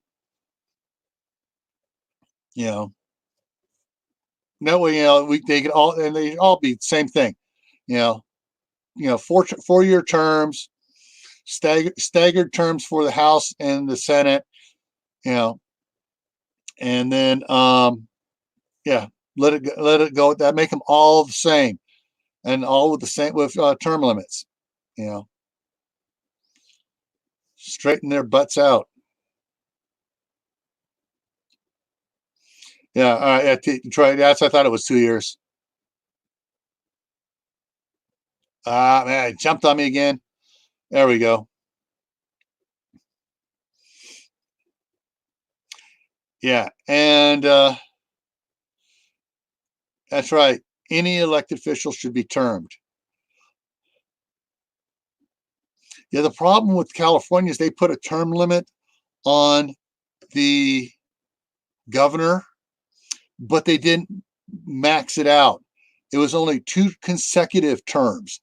If they hadn't put the word consecutives in there, um, Governor Moonbeam never would have been back for another 2 years. You know, Jerry Brown had his original 2 years, then he came back years later and got another 2 years. He should not have been allowed to do that.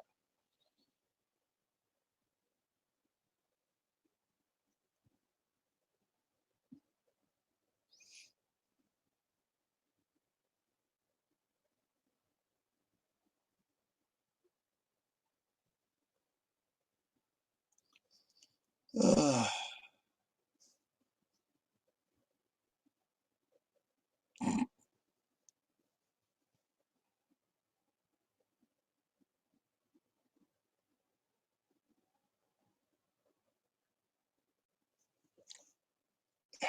very true, CJ. They should, that's ridiculous, especially on a document that was baseless.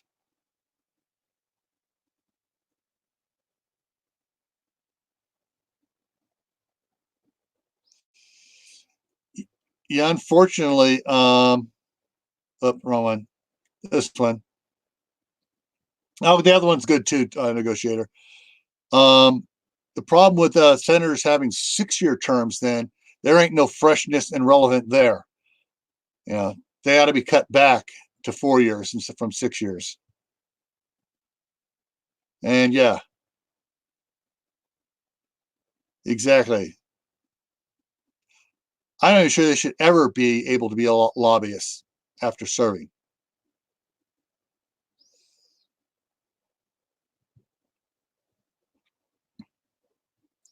And I think it ought to be a requirement that they go back to doing whatever job they had before they were ever elected.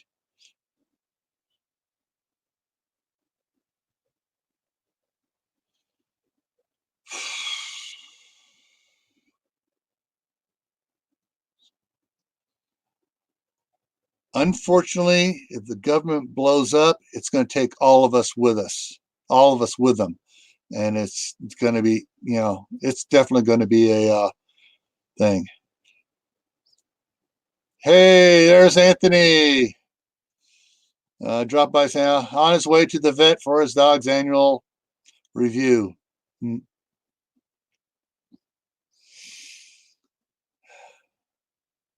Uh,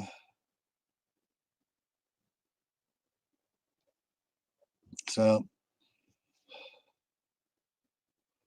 all right. So I've been ranting. Some of you guys have been agreeing. Can we pick another topic now? Now that I totally derailed us again?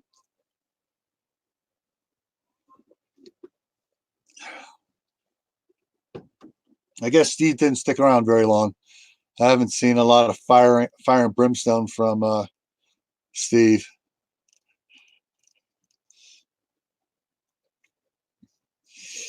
Surprised, I kind of expected Steve to try to take us down a rabbit hole. Either that or do something else with us here.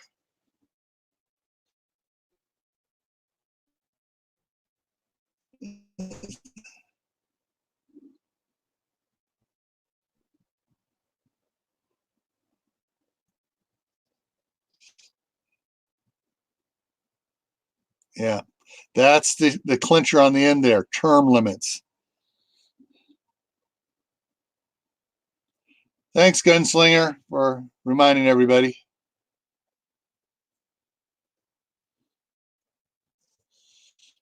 And put that back there.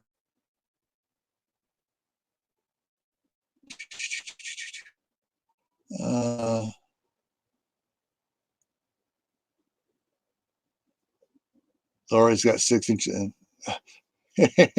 Yeah, Lori, I liked your thing from Facebook on the out, out there in the snow and wanting the garden even though it's snowing.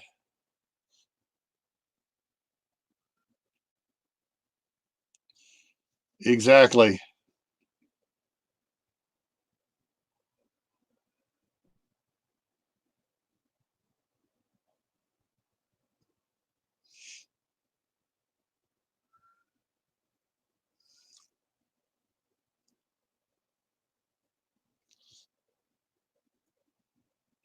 Nah, they should not even be allowed after serving full terms in the federal. They should not be allowed to down to go back down to state or local.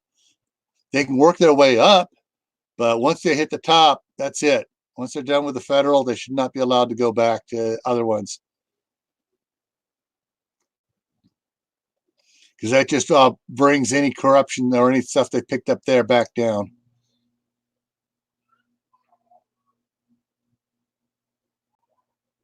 Yeah.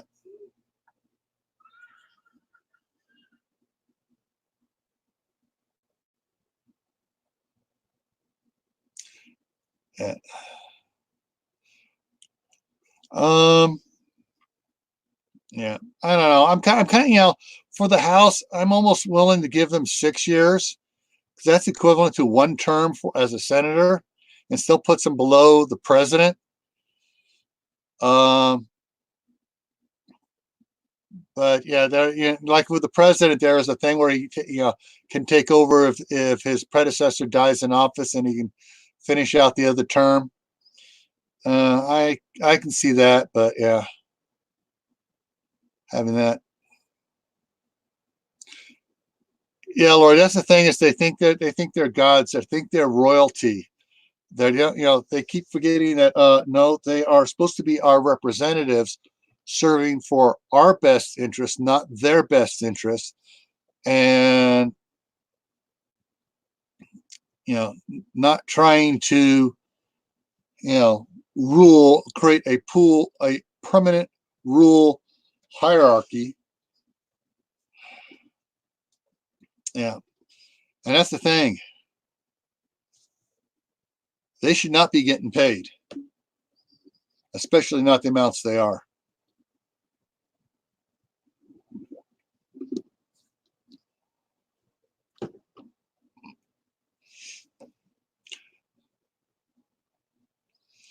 Now, Gunslinger, you weren't the only one that started this, but at least it got it all moving and got the chat really flowing. Got rid of the crickets.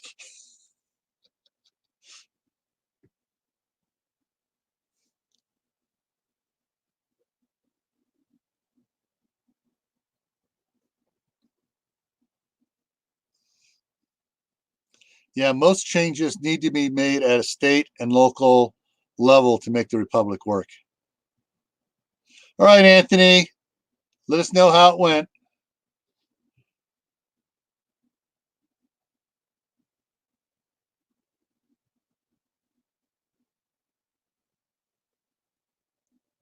You're getting charged a tax for that little mentally disturbed child witch. Uh,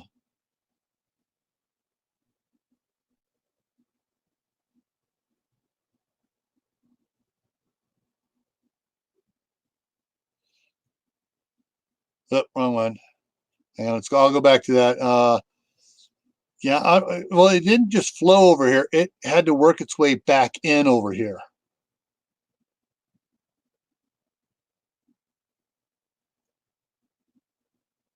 Yeah. And it's not just the Roman Empire, too. The Ottoman Empire had its problems, and, you know,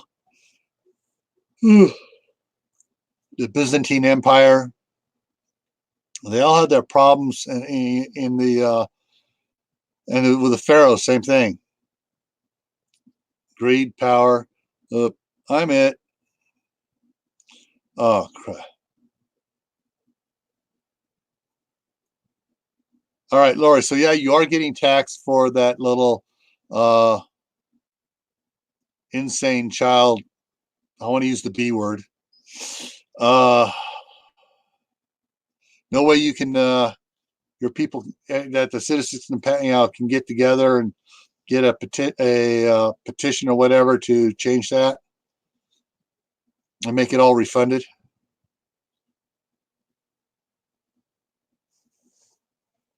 Carbon tax. Yeah.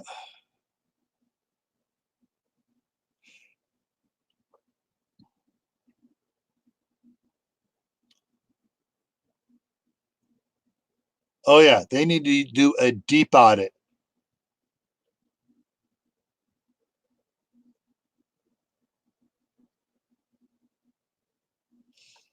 Uh,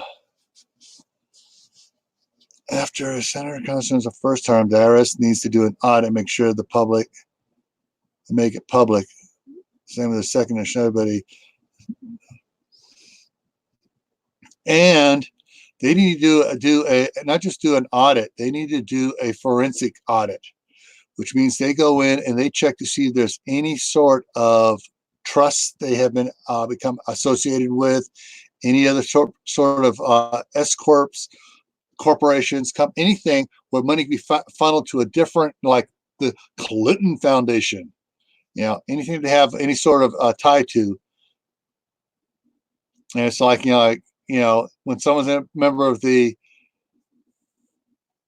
like when she was Secretary of State, the Clinton Foundation should have been barred from receiving any donations from anyone outside the United States and anyone inside the United States over $5. Do you have a septic tank?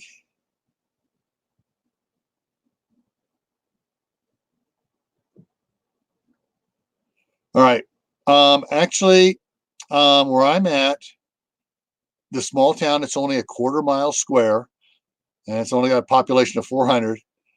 The people banded together and put in their own city sewer system, and it charged just enough money to keep it running.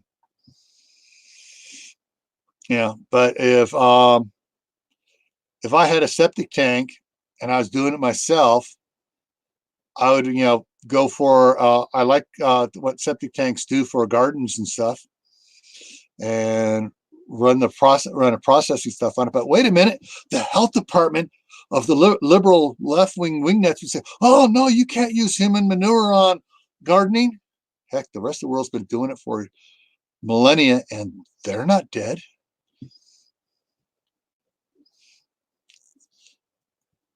Yeah, offshore accounts is something else that has to be looked into for political leaders.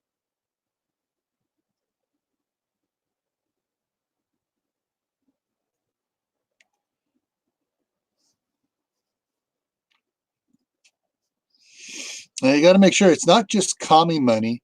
It's there's communism, socialism, fascism, all the other oligarchy isms and stuff like that.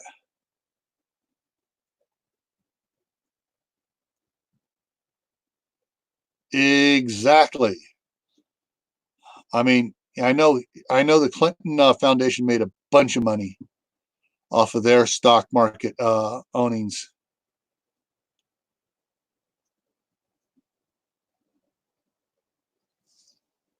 Uh,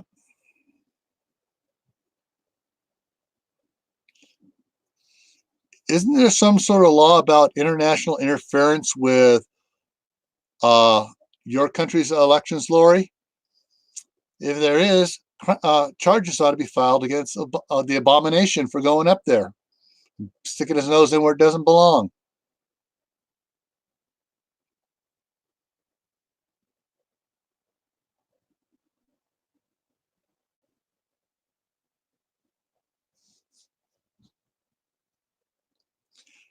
Yeah, and she should have been arrested for interfering with your country's election.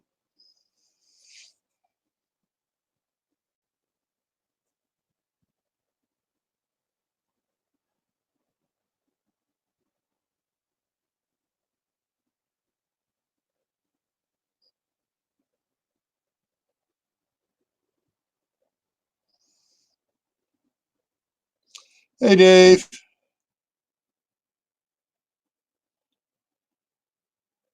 All right, Mary. All right, see you back when you come back.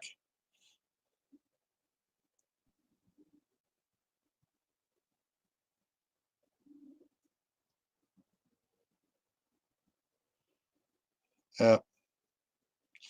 It's like I said, we need to get that 46 or 43% that did not vote because they said their vote doesn't count, and get them out here, get them out to vote. And then we can get rid of a bunch of these dingle butts from the far left wing nuts and get them out of our hair. Of course, because of them, I ain't got much hair left.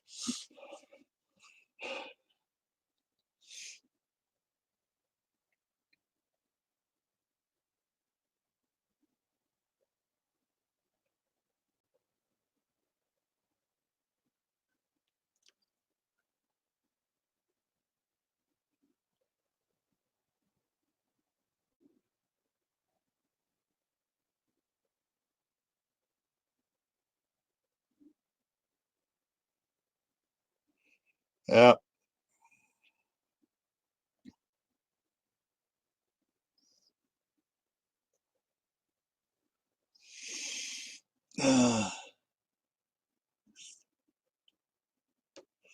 Well, no, all right. The hat is on because if I take it off, the glare coming down will blind you guys worse than my little flashy thingy light does.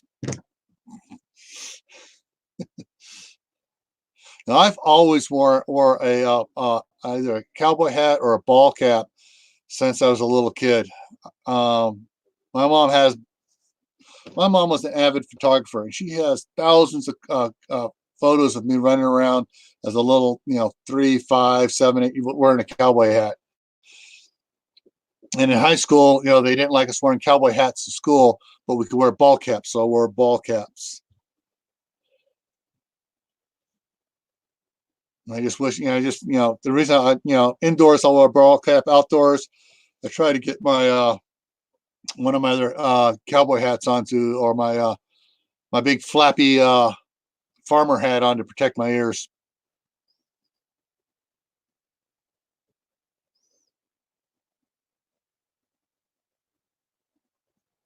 What do you do in a city or county for sewage? Oh, good thought. Where I'm at, we just keep on going because our sewage system here, it all flows downhill to the treatment plant, and there's no pumps pumping it around other than at the treatment plant, and they have generators there to process it. And the generator they have there is a big diesel generator, and we can make a lot of biofuel for it all the farms surrounding the town that are owned by people who live in the town. So we're good. But most cities like LA, oh geez, if you're in one of the big huge apartment skyscrapers, you want to be somewhere above the third floor because the sewer backup is going to blow out the bottom 2 floors everywhere until the water totally gives out from the water tank up and it runs dry. Once it runs dry, then everybody's screwed in those places.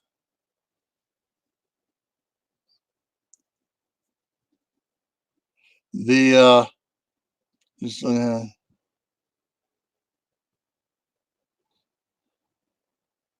if things will still work once. All right, bounced. There we go. Yeah, it's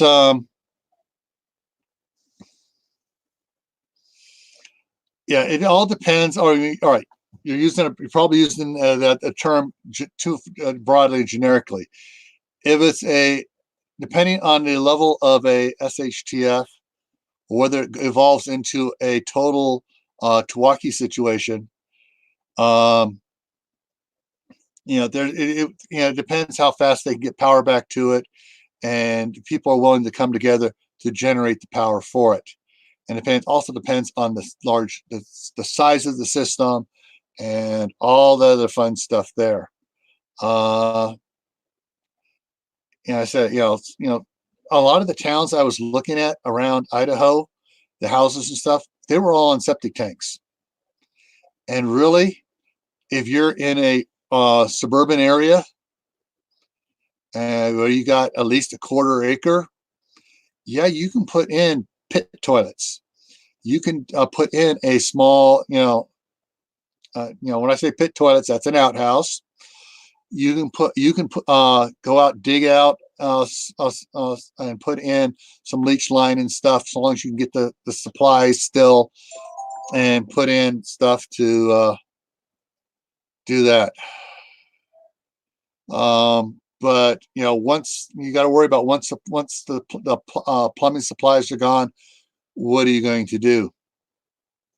Yeah, that's going to make it tough. All right. There are very, very, very, very, very few sewer systems that have backflow valves on them. So, yeah, I'll check something here. I'm getting my phone's blowing up with text messages. Who's texting me?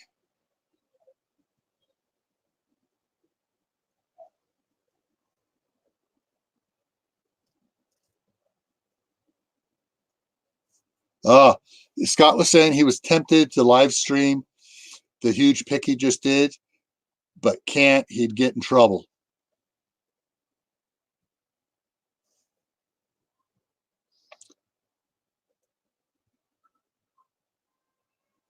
Don't worry about that, Scott. Oh, Scott just checked. He finally, after I don't know how many, it's been a couple months now, that he finally has live rights on his cell phone. Yay, Steve! There he is. He's back. Steve. I mean, Scott. He's back in. So Scott has his live rights here going, but yeah, so he can't he can't do it on the job yet without getting job permission.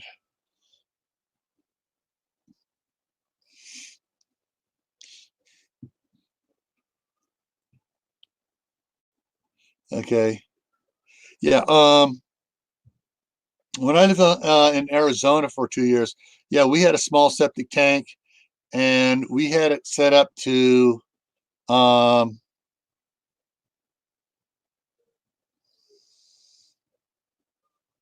okay, I don't know this one. I'm going to come back to this one in a second. I'm just putting it up there so I can come back to it. We had it set up so that in the once we started the garden, we could divert the sink water, the kitchen water sink, the shower water, and run that out on, and even the laundry water, and run that out um, onto the garden. We had it set up so that when my mom was running a bleach load, she'd divert it back to the a valve in the house, so she could just divert it back to go to the septic tank. Okay, liver rights. I don't know what liver rights is. Did someone say liver rights up here before?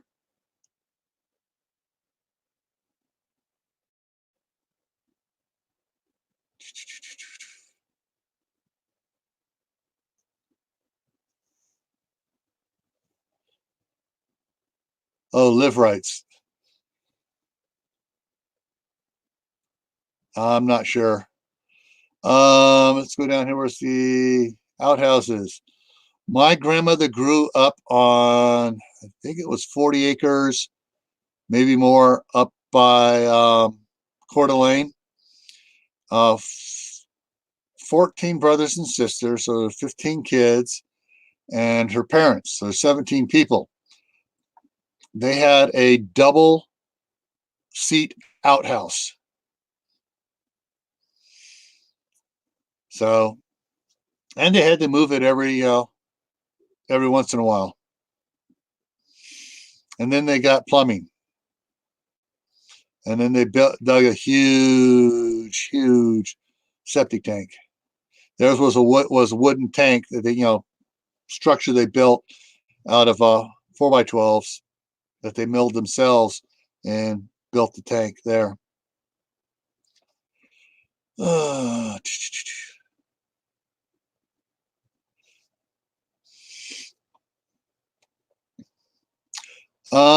Maybe in the city, Lori. Outside of the cities, I bet there's still outhouses up there.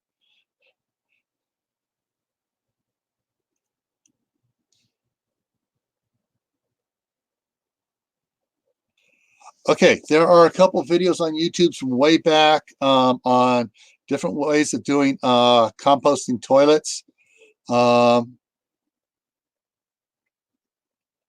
are how to put it. The one made one using a 5-gallon bucket, built a seat and everything on it for it to go in and out, and had his cedar chips to go in there and do it.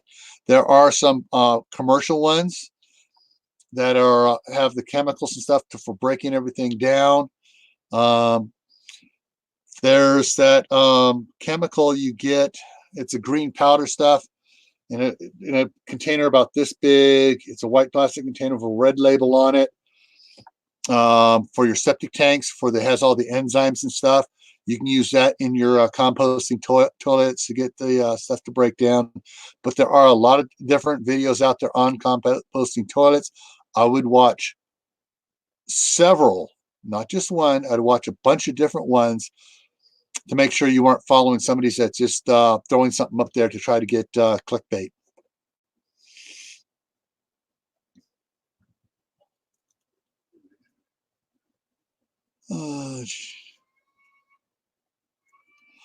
Pine needles do work as mulch, but I'm trying to remember. I wish Howie was in here. Either they're acidic or base when they decompose on the pine needles. There it is. They are acidic. Yeah, they can use those berries and stuff, but not on your garden crop unless you add, try to remember what it is you add to it that neutralizes it, and together it breaks down and gives you a pH semi-negative composting. Yeah, yeah. Off-grid Doug and Stacy as well.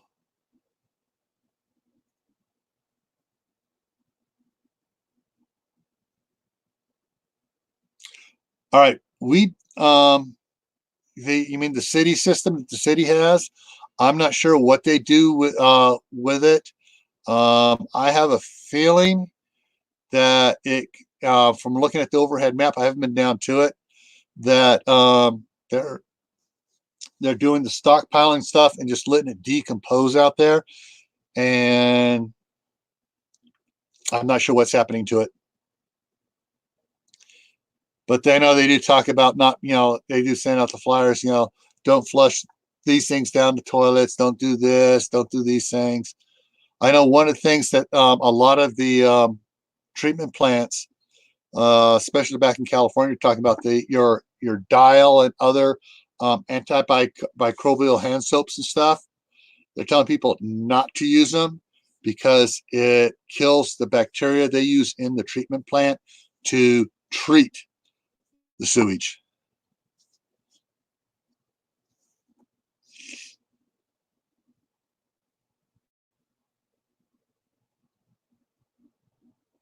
The pine needles in composting toilets. Yeah, it's I'm not sure. I know people like using the cedar chips because it's more aromatic and covers up the smell and stuff like that. But it all depends on the system you have for your. I mean, I have seen some rather elaborate looking composting toilets, and some of those emergency toilets, composting toilets for campers and stuff like that. There's still something you got to get rid of. So if you're in an apartment building and you're thinking about a composting toilet for when the system goes out, I really don't know what to tell you, give you advice on that.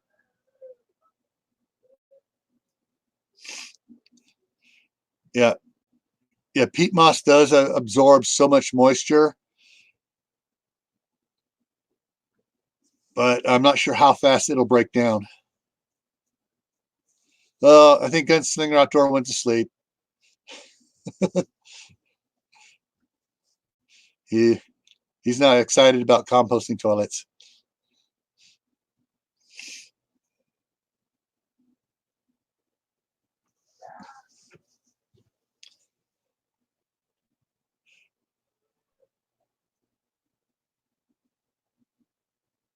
Okay, Lori's in a house, but she's got apartments beside her. How much land do you got there? Is it like a quarter acre, eighth acre around the house? And if it's just you, how many people you have in your house too, Lori? Because that would determine what options you have.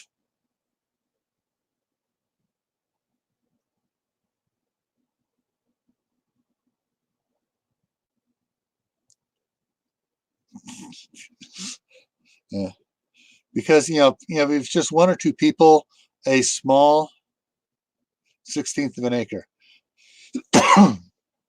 Yeah.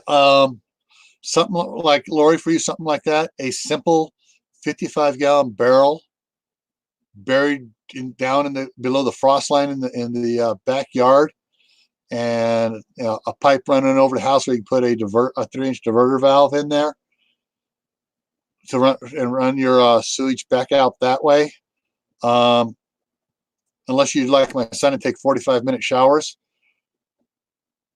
a 55-gallon barrel with holes in the side of it, and then another, some flexible perforated drain pipe buried out can make a simple sewage system for one or two people.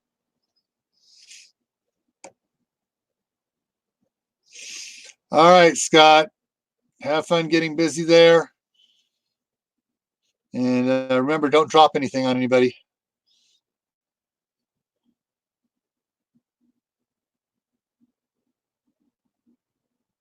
All right, let me go over here, open a new tab,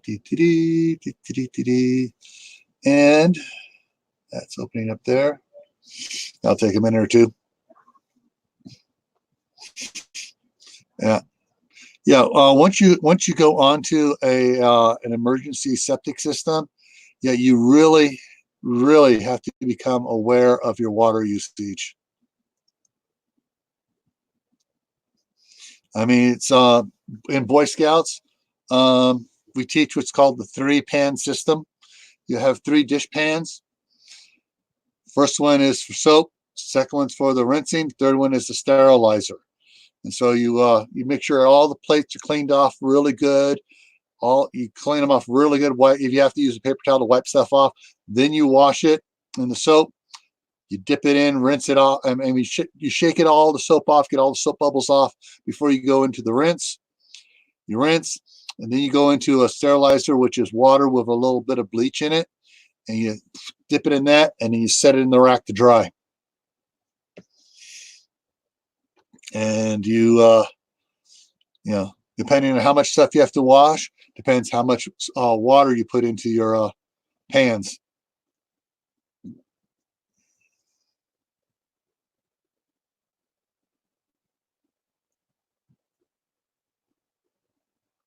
Okay.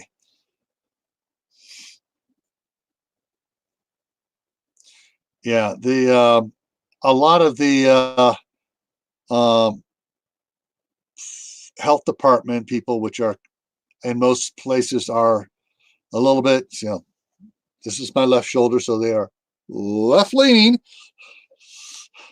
are really against composting toilets and gray water, especially in California. Although with the drought out there, they were forced to change some of the regulations on gray water.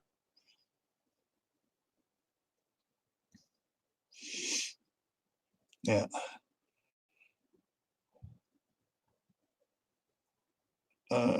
Yeah. Yeah.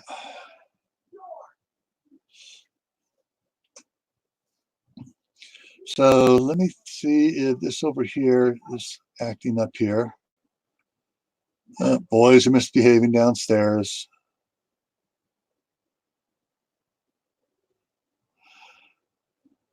Okay, so some videos on composting stuff. So like this is what Kathy posted. And so yeah, composting toilet. There it is. Let me throw it up here. Let me go back here. Get this going. Come on, come on. So this is the video that Kathy posted. And this is the composting toilet. So check that video out. It'll go in more details on probably what we want to go through here. So yeah, things get changed out. So yeah, and so I scroll down here. No, it's not showing very many here, but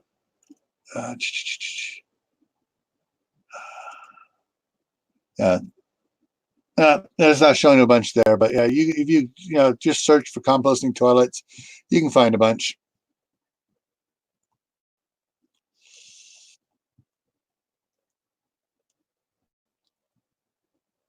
Yes, Lori. Black water is toilet water. All other water is gray water. And yes, so like as I said, when we lived in Arizona, up by the Grand Canyon, there we were on sewer and we diverted all the gray water to the garden. Um, some people have problems with, especially with shower water. They go, well, some people pee in the shower.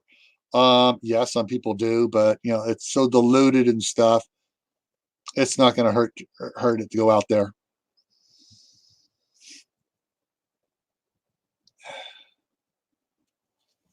All right, what do we got? Let me see here.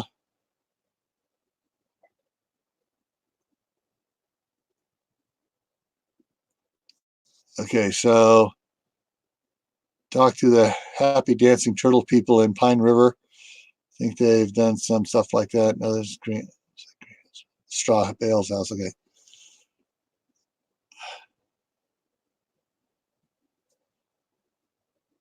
All right, I'm gonna get down. I got a couple things to address here. I do what's called drunken compost. Turn every 2 days. All right. Um, believe it or not, California does not have a law against collecting rainwater. They specifically were encouraging people to collect rainwater for their gardens and yard watering during the droughts. So I keep hearing people, oh, California doesn't, California is far left wingnut, but they also have a bunch of environmentalist wingnuts out there too. And they pushed to be, to encourage people to collect, for that the state encouraged people to collect rainwater. Now, some counties in California may go wingnut on you and have passed laws against it, trying to claim, oh, rainwater is the not the landowner's water, it's the government's water, and we need it to flush out the storm drains.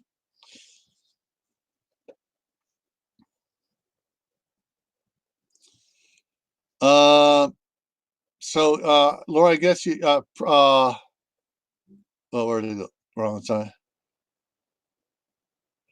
I guess Prepper Princess is in California. It may have been her county that passed the stupid law, but the state itself does not have a law against collecting rainwater. In fact, the state was encouraging it.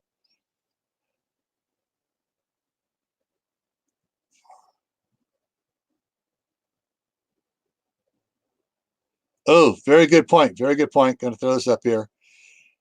Anybody that's using medications and stuff, strong medications, that stuff passes off into the human byproducts.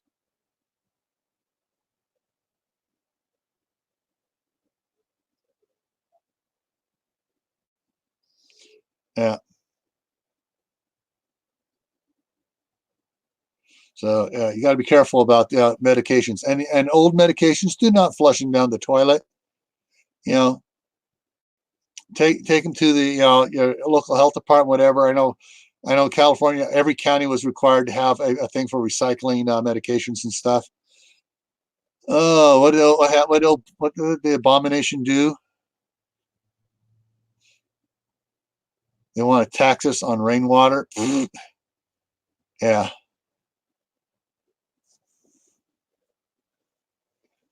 yeah. They try to put a rain gauge on your property. You go out there with a 1/64, a 1/28 inch drill bit, and you a little hole in the bottom of the rain gauge. That way, all the rainwater drips out, and they can't measure it, and they can't won't see the hole so small they won't see it.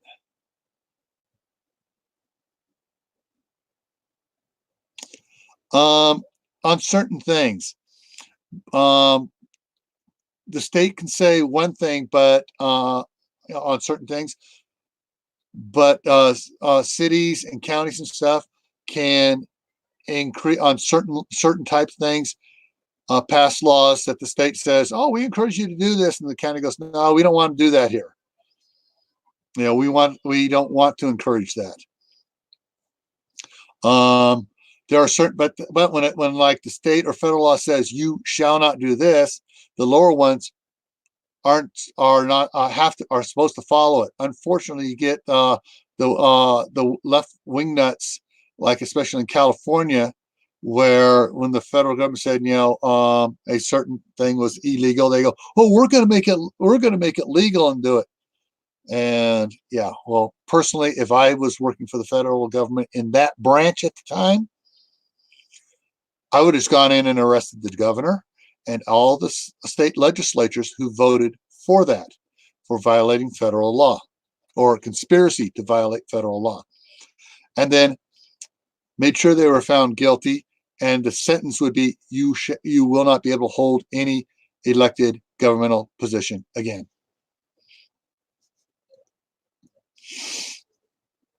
Okay.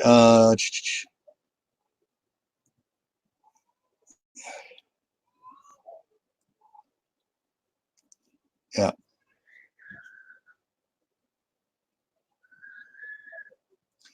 And the thing in California, it wasn't a law to tell you to, it was just like a proclamation or whatever to encourage everyone to collect rainwater. And some of the counties said, "No, it's our water. It belongs to the county, not the people." Wait a minute. I thought the people were the county. Oh, well. Yeah.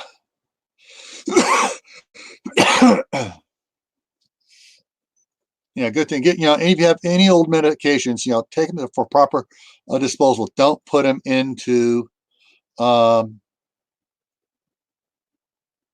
the sewer system.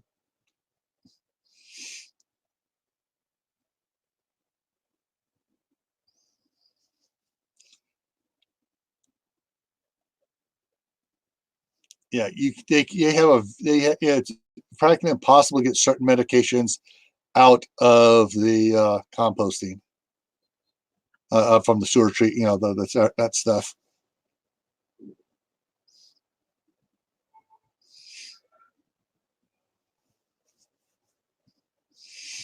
Yeah. Well, we have here in our little quarter mile city here. We also have our own water treatment plant, and it's pulled off well water, and so it's not heavily chemically treated like most municipalities. But everybody in town has a water softener, and most people have water filters. They're like the ones that go on the faucet, or like we got the big Berkeys and stuff like that, and the other ones. Actually, we have something better than the Berkey. We have the one that has um, the ceramic filter with a 5-stage filter after that.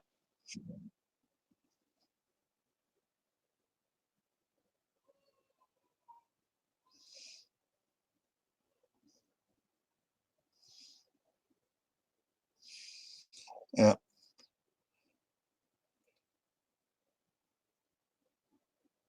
yeah. So in the landfill, yeah, in the landfill, the stuff leaches down into the water table too, which is why there's a lot of problems with people throwing waste oil away in landfills and stuff. I know in Contra Costa County back in California, the landfills were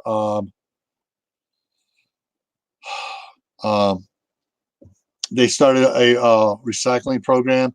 So basically, when you change out your oil, you put it back into the containers, put it out with the trash pickup, and then we had 3 trash cans. We had regular trash, we had recyclables for cardboard, paper, plastics, and stuff, and then we had one for tree trimmings and vegetation and leaves and stuff like that, because that would go to a place where they did composting and keep it out of the landfill. They'd have a composting thing, compost it for people to go get free compost and stuff. But they have the oil you put out there, and the recycling truck, when it comes around, would pick up the oil and had I guess space on the truck. They'd put all these bottles of oil and stuff, and when they got back to the place, they dropped that off at the county's recycling center, which wasn't too far from my house, and they drained all those and they processed everything, and the recycled oil was sent off for to be recycled and reused as oil again.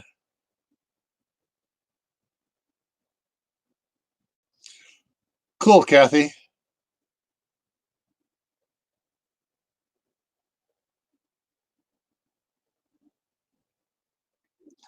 Okay, let's just hear.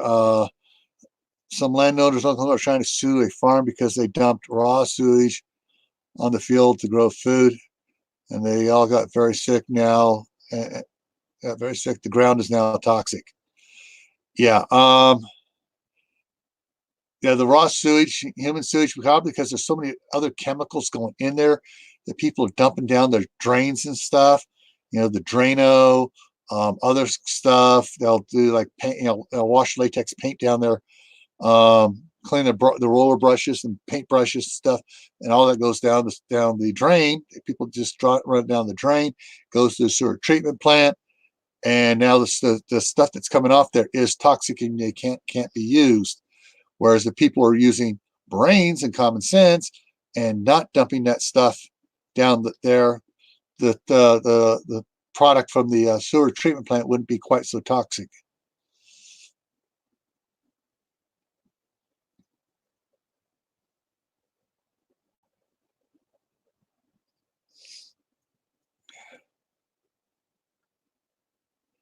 Well, it's like we have a dairy around here that has all the cow poo, and it goes on all the fields around here. It's makes great um, fertilizer. But McCoys, what would be bad about the concentrated liquid pig poo?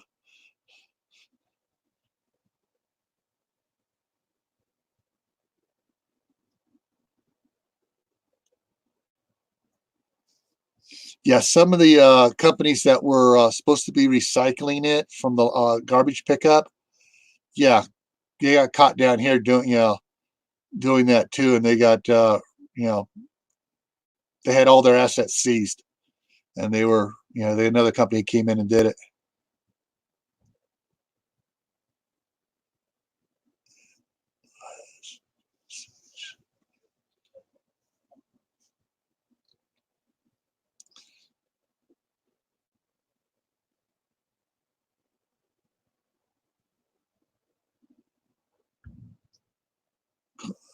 Okay, if it was just poo and urine. Oh, so they're adding other stuff to it. Oh, the antibiotics and all the meds they give those animals in those enclosed facilities so they don't get sick. Yeah.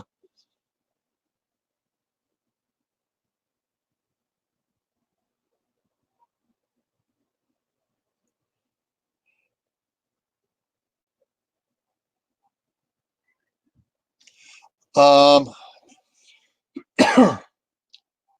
for a small farm, for homesteadings and stuff, to have pigs and stuff, Trying to remember who it was. Was it Hidden Heights? Keeping It Dutch? Remember who it was? They were talking about a way to kill off the parasites in the pigs. I think walnut shells was one of the things you feed them, and something else. Basically, it kills the parasites and stuff, so that there's not all that. As long as you're raising your pigs without all the in a proper condition, you don't need all the antibiotics and stuff like that because um, they're not kept cooped up. They're out roaming out free more and able to do stuff that allows them to be thing.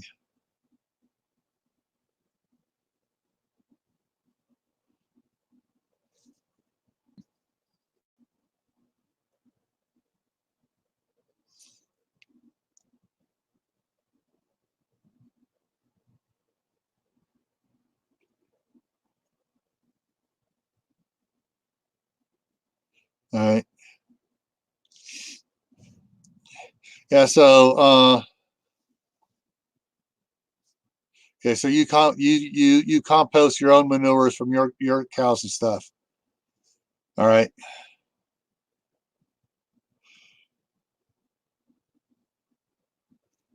All right, Gunslinger. Thanks for stopping by. Thanks for getting me on a few rants. And hopefully everybody learned something from everything. Yeah, the dairy farm up the road here.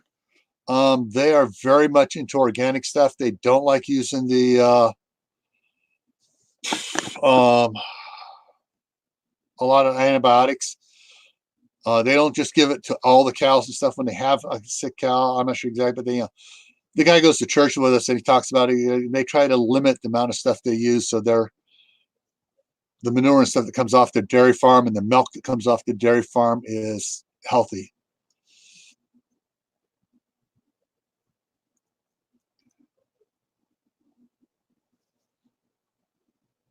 Okay, got some good points here. Okay, so Hardak uses rabbit manure on his farm.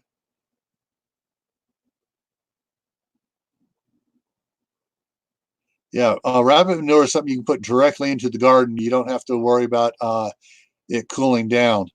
Like I said, yeah, I'm supposed to be getting several loads of manure from the dairy farm up the road here, and we're just going to dump several loads on the 2.5 acres I have here, and I'm going to also pile a couple of truckloads worth. So I'm going to just let that pile compost down and break down, and then I'll use my front end loader tractor to move it over into the orchard where I can turn it into the orchard and into the garden area.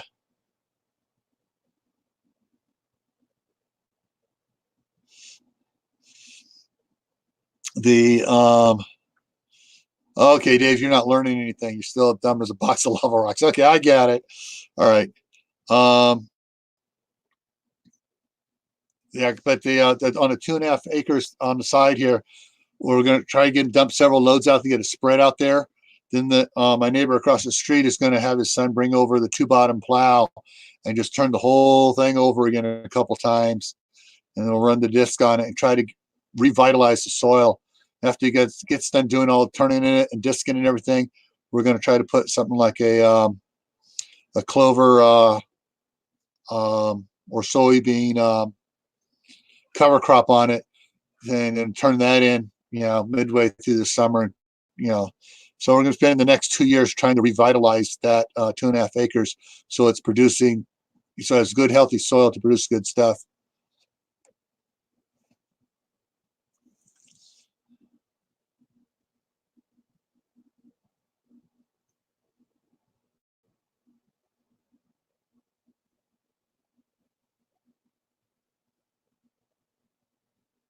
Yeah.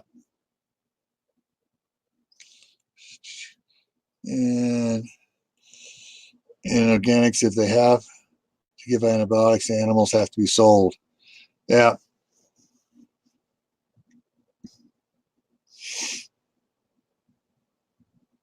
All right, Wendy, thank you for the information on the echinacea for yours.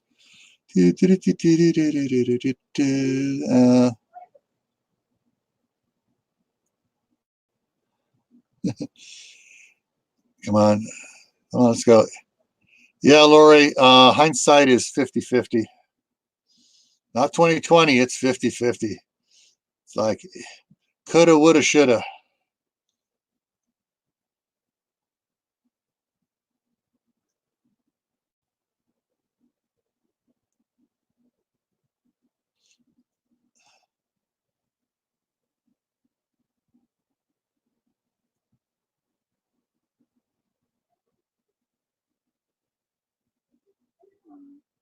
Okay.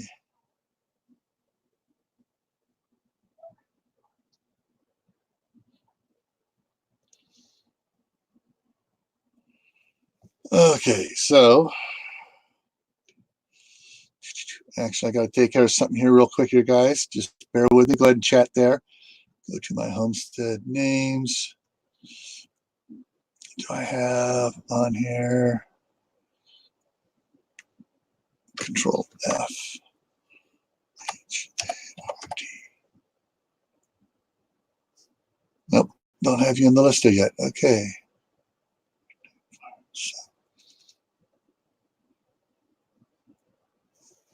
H-A-R-N-A-C-K. So, Wendy, what state are you in? I want to make sure I get this right.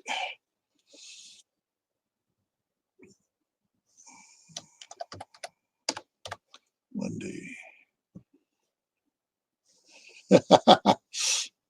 Well, Mary, I can tell you this. Lori Jean's name is not Lori Jean.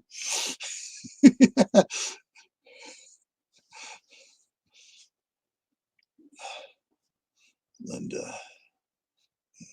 No, Lyanna.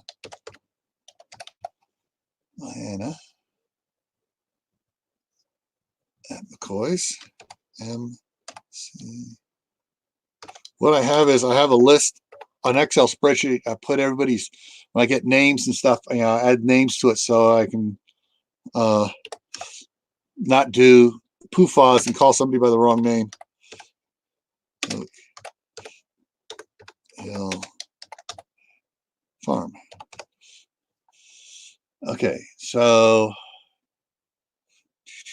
Hardneck is Oklahoma. O-A-K. Oh, no, okay.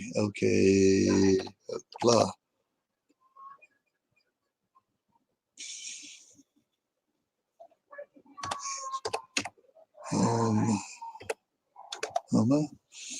Okay, and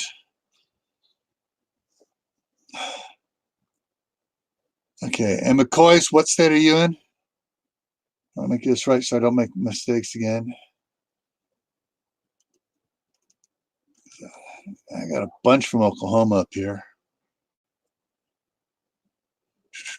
Okay, so this one here.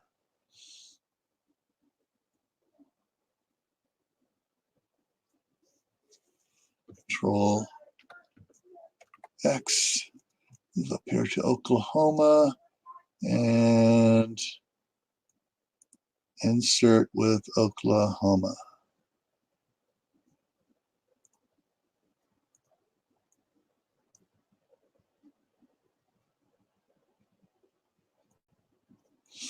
Okay. Central Minnesota. Okay. Minnesota.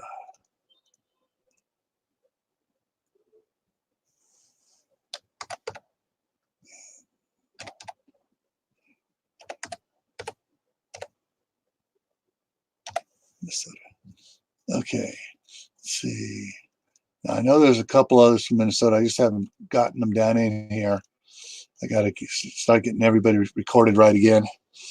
I got behind on my recording. I'm up there like 79 homesteads and prepper groups on my list. Prepping to endure. Hey, how you doing? And hit save so I don't lose my data. There we go.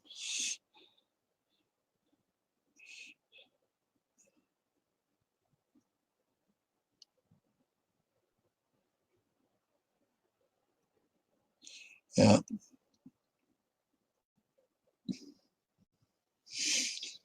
Oh, whoa! It's almost noon here in Idaho.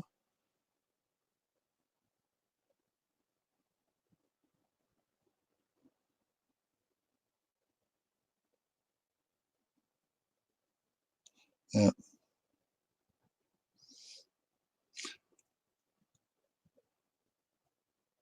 Ah, okay, cool. All right, let me pull that back up here. I knew I heard that mentioned on one of the live streams this week. I just didn't have anything to do it here. All right, so grandma, she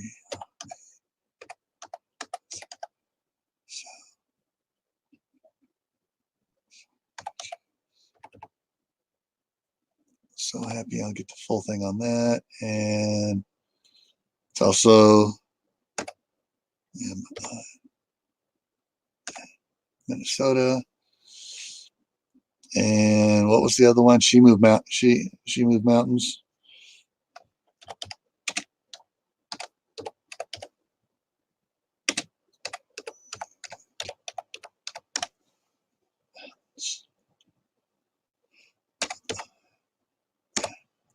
Okay, cool. And safe. Anybody from Arkansas? Let me see. Arkansas, Alabama. There's been some that I've heard mentioned in, I think it was on either the Broussards or Stringfield Ridge. Someone mentioned about Arkansas.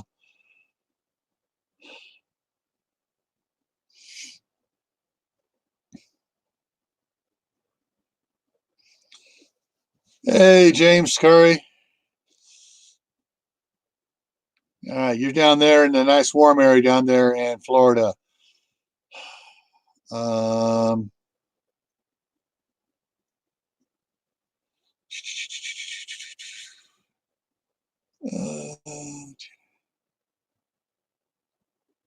yeah, Ryan's in North Carolina, and Anthony's in. I think Anthony's South Carolina. Palmetto Prepared.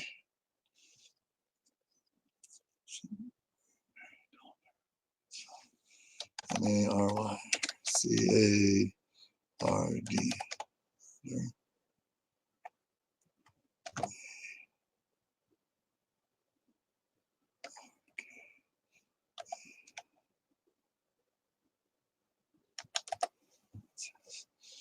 All right.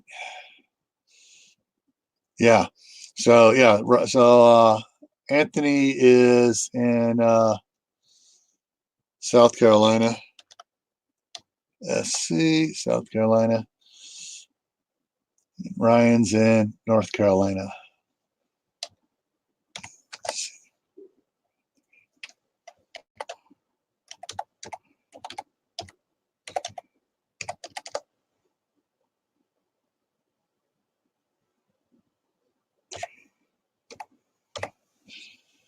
Yeah. And hit save again. Ooh, I got to move Josh Connor up. Josh is in Oklahoma too. All right. Cut. Move that up here to Oklahoma. And insert cut cells. Boom. All right.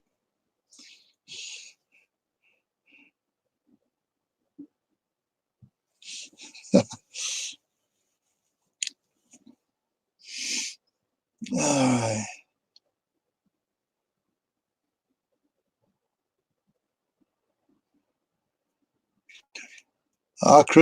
Cool. All right. All right, man. Okay, I'm gonna go.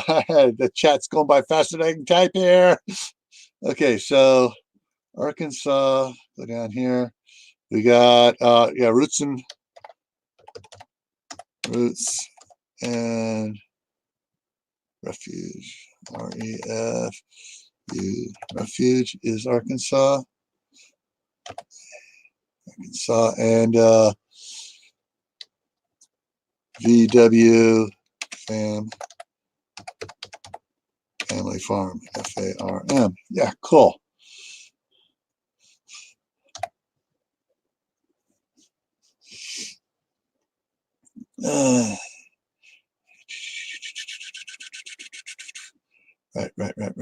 Right. Yeah, I know Will's in Nebraska. I got him already.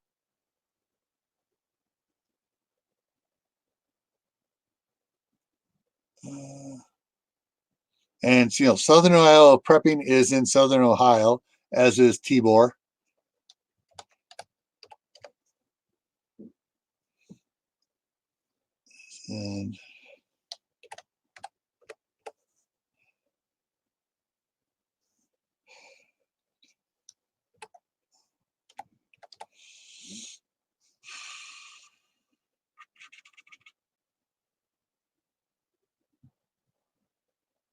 And of course, there's Trainers, California, Will Patriots, Missouri. Manifestation of Imagination is in New Mexico. And let me move down here a little bit.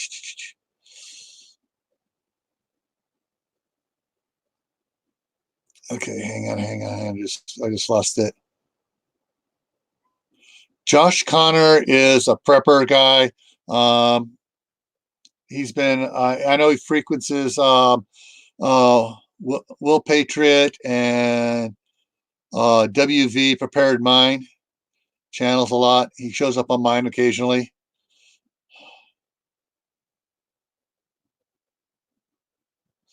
Yeah, Will's supposed to be maybe doing a live at 1 o'clock Mountain Time here. That's just in time prepping.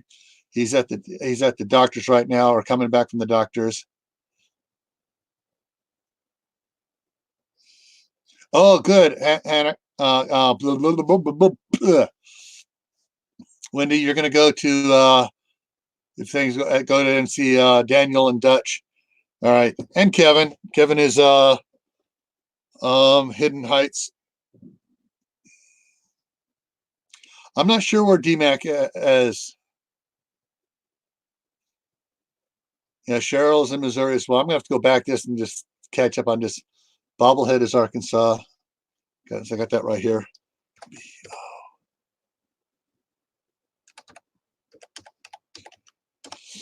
It's in Arkansas as well.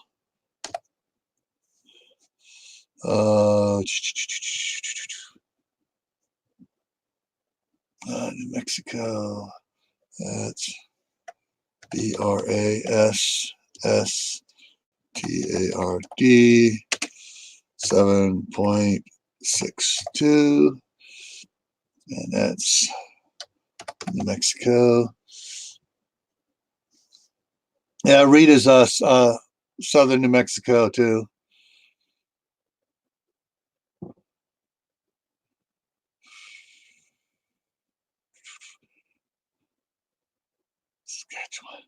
Okay, I'm gonna have to go back and afterwards and go through and pick all this out at the time stamp here. All righty, yeah, there's a lot of cool ones. So for Oklahoma right now, I got like Arms Family, Hidden Heights, Keeping It Dutch, Just Connor, Hardneck Farms. Montana, I have Montana, Mountain Life Montana, but I heard he moved. I think that's one that may have moved to the Ozarks. Back to Basics 101 is Luke Simons. He's up there in Montana. Happy Off Grid is in Colorado, but he is moving. His place is going up for sale. He inherited property. Is it Oklahoma or Arkansas? I have to go back and check that out.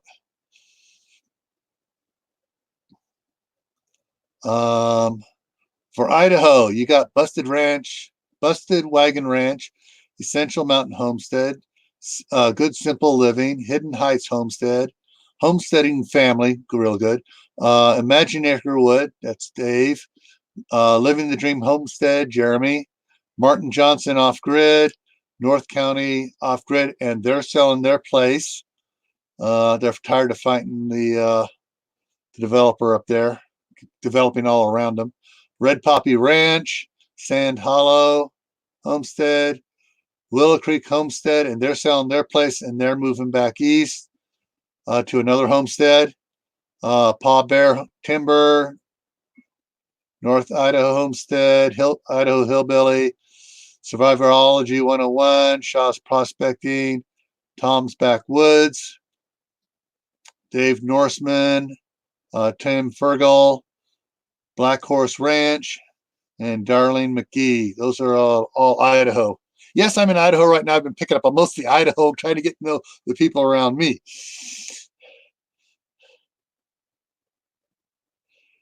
Grandma, well, so happy. Homestead, hey, good to see you here. Let's see. JC's Oregon Homestead. Yeah, they're in Oregon. Stony Ridge is also in North Carolina. A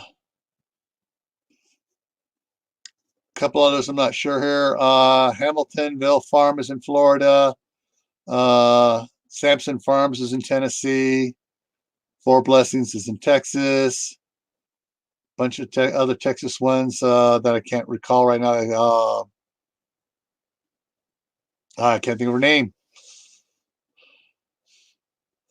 I just haven't recorded a bunch of them. I've been lax, guys. I'm sorry.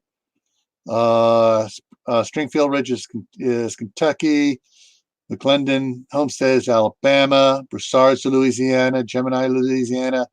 Peanuts Prepper, Louisiana. Big Families, Wisconsin. Vols Wisco Homestead is Wisconsin.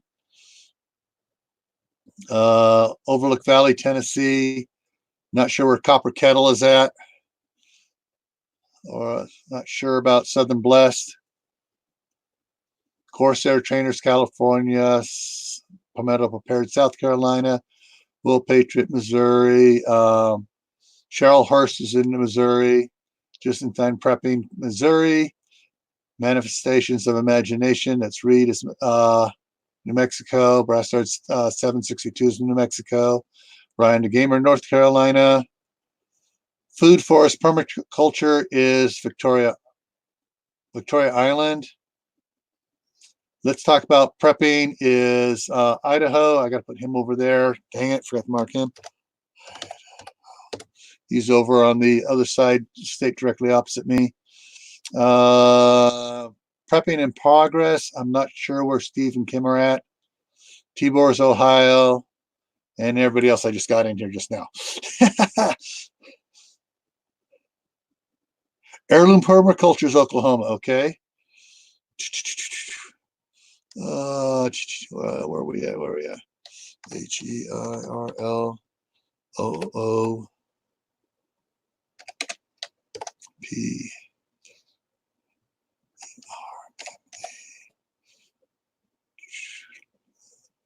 CELTU. Permaculture is Oklahoma. So let me go ahead and snag that one. Put that up at the top here with here.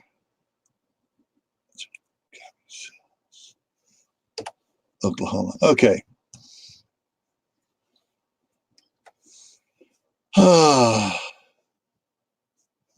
Alana's Minnesota. Okay, I'll go back and pick her up as well.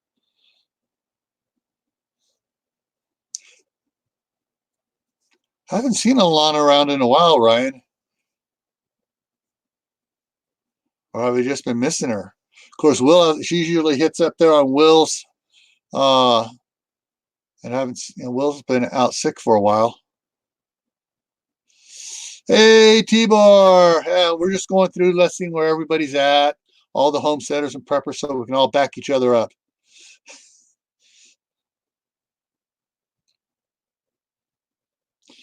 Now, anyone that hasn't told me where you're at,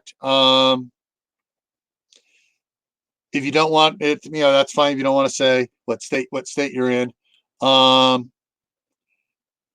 know that Southern Ohio Prepping is setting up a really cool Discord site with tons and tons of information on it. And offline chat channels and voice chats and stuff like that.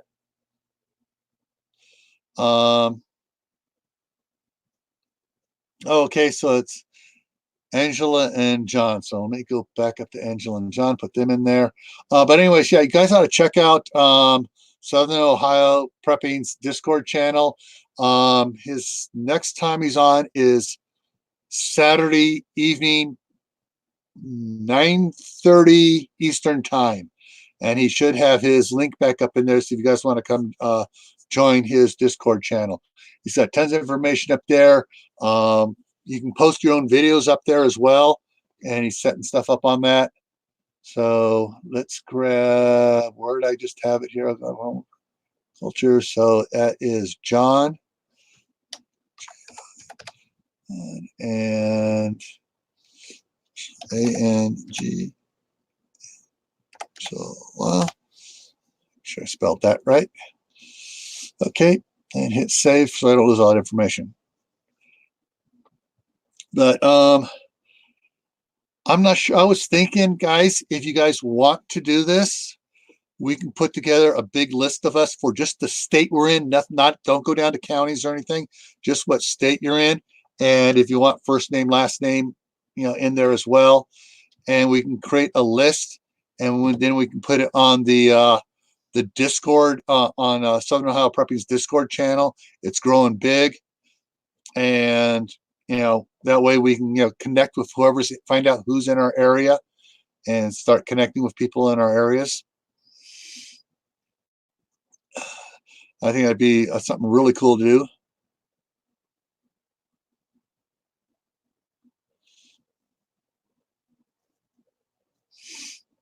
But if you guys are interested in that, having putting out a list for us, give me a number 1. If you'd rather not be on a list, give me a number 2. And this is not that I'm going to do it right now. This is just so like a little poll to find out what the stuff is. Okay, so let me drop down here. I'm going to get that in there real quick.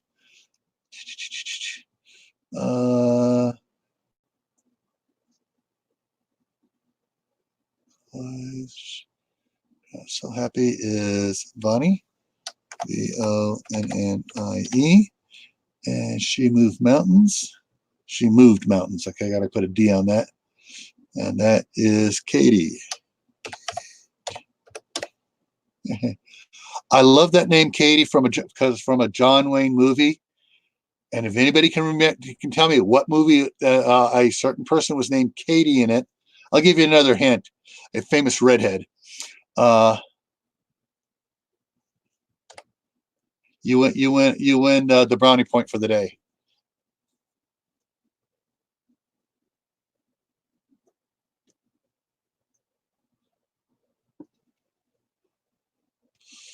All right, so we got some ones in here. Cool.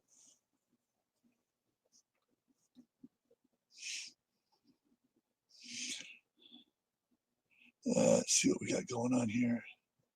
Is that still? Dang it, that fell behind. McClintock is right, Tibor. Yes. Yeah.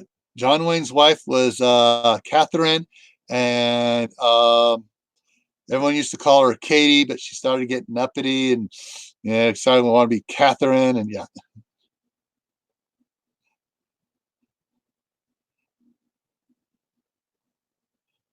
Nope, it wasn't Lucille Ball. It was I can't think of her name now. She was in The Quiet Man with John Wayne, and she was in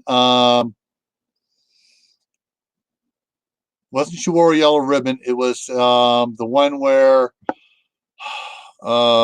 shoot. It was another Calvary one that she played his husband in that one as well. And the actor that played on The Rifleman played the boy was in it as well. All right. All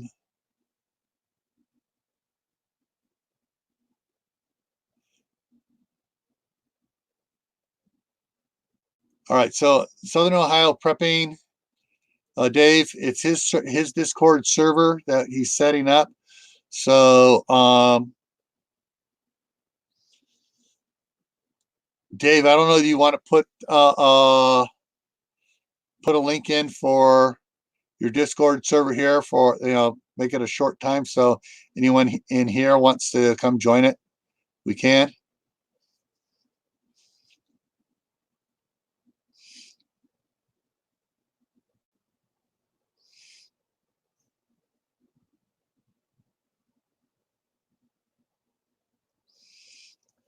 So it's the Southern Ohio Prepping is the name of the Discord server.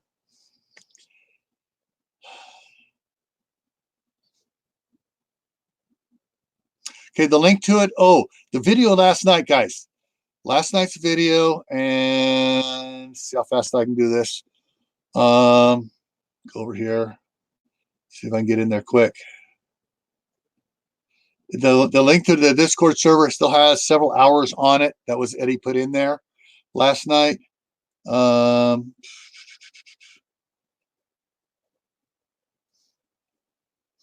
Okay. All right. Let me do that for and where was the one from last night? Is it on here? Nope. So let me do this here. SOUTHER Southern OILP Prepping. And I will throw that, find it here quick. Yeah, here we go. This one here. It's going to take a minute for a cycle through, and I will post the link to the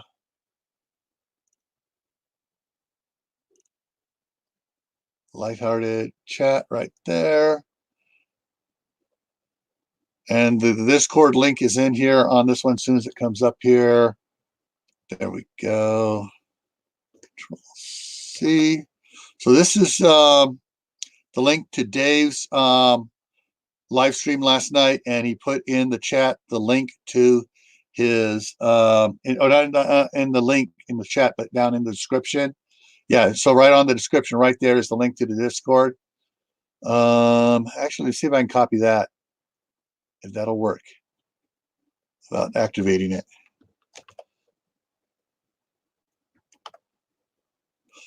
There's the Discord link.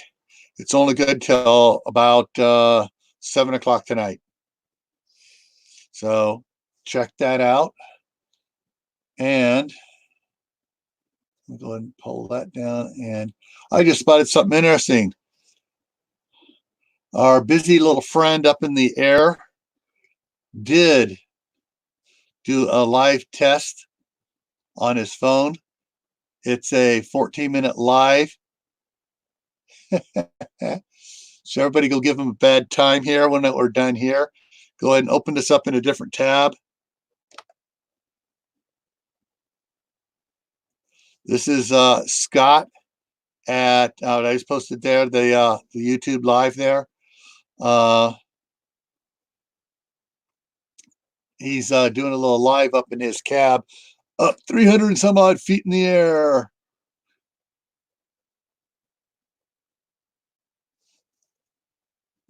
And yeah,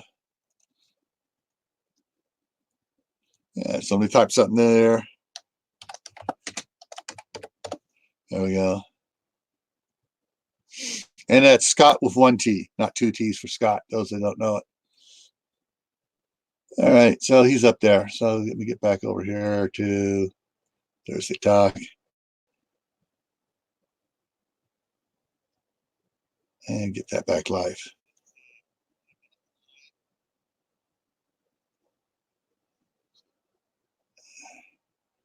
All right, there we go.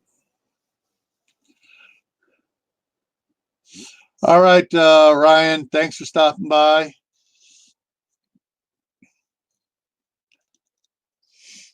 Yeah.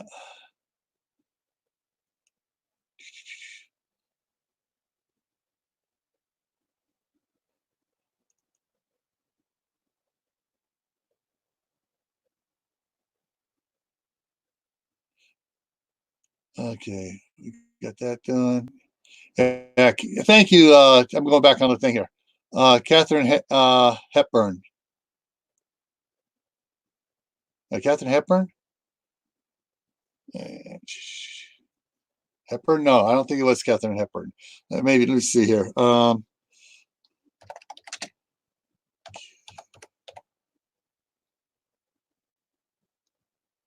Quiet Man.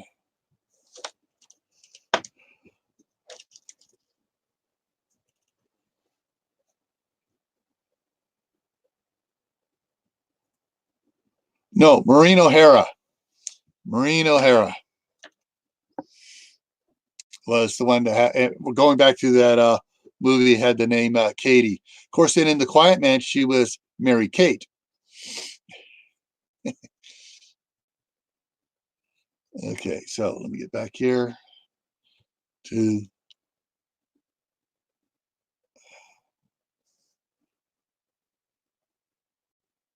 Yeah, it was a close guess, Tibor.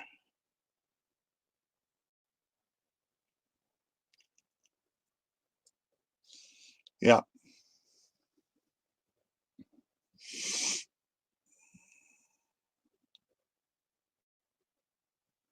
I don't know about Who's Married to Sam Elliott.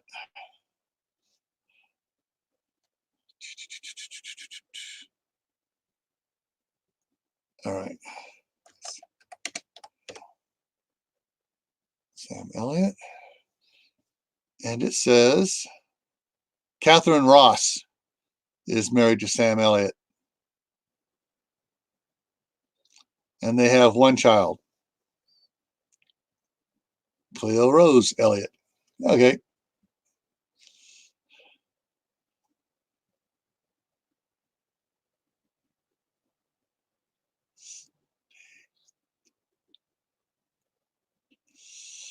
All right.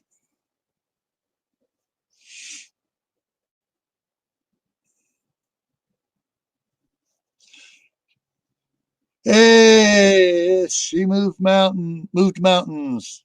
Hey, yeah, we're talking about you. What a great person you are. And how your name brought to mind a John Wayne movie. And now it brings to mind two John Wayne movies. Same female actress in both movies had the name Kate and Katie.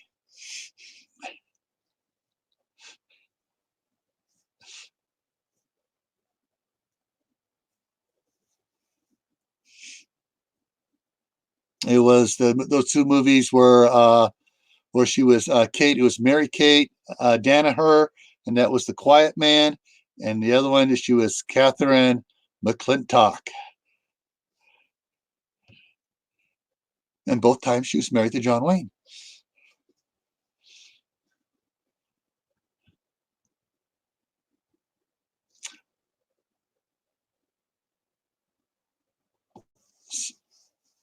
Sons of Katie Elder. Let me take a look at that. That's another John Wayne movie where that name Katie was at. Yeah.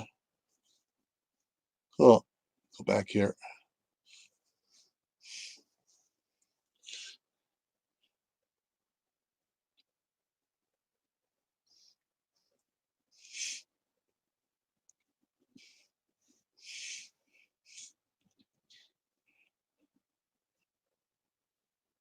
She's the runt of the bunch. She's taller than me. All righty. Yeah, so many Catherines.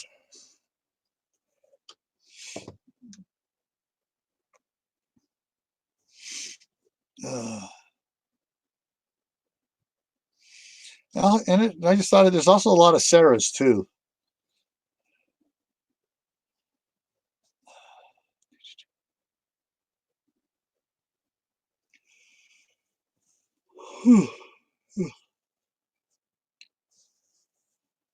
True, Tibor. Yeah, she was never that Katie and Sons of Katie Elder was never in the movie.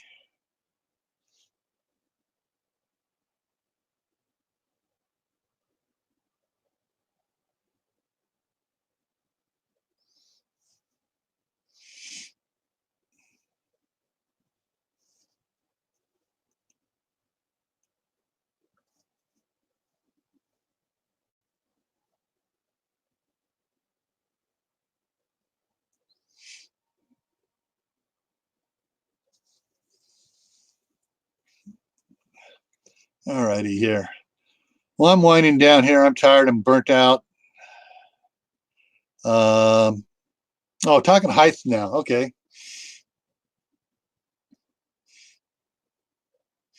Let's see. Oh, short, tall, short, tall, tall.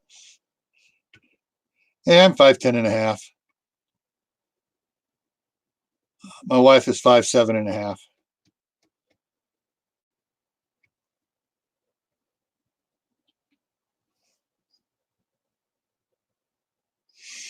Mm.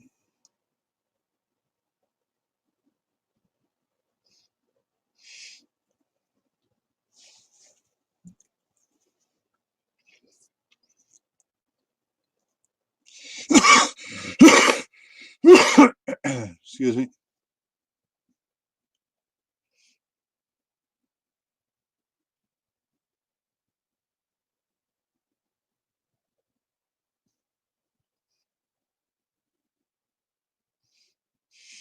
So 20 years. Yeah. Yeah. Vonnie, my mom had my younger brother when she was 37. My older sister is 10 years older than me, and I was 2 years older than my younger brother. Now, the real spread was my grandmother's family. My grandmother had 14 brothers and sisters. That was a spread of time.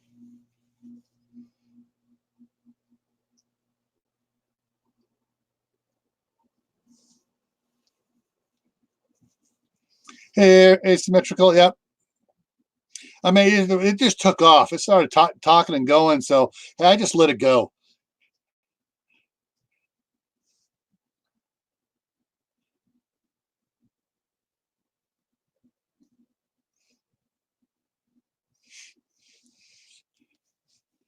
Yeah, the my actually my sister and my older brother are half older brother and sister. My mom's first, actually my mom's first husband was a short marriage. He was killed in World War II. I think that was maybe a year and a half. Trying to remember. Then my mom's second marriage was to a how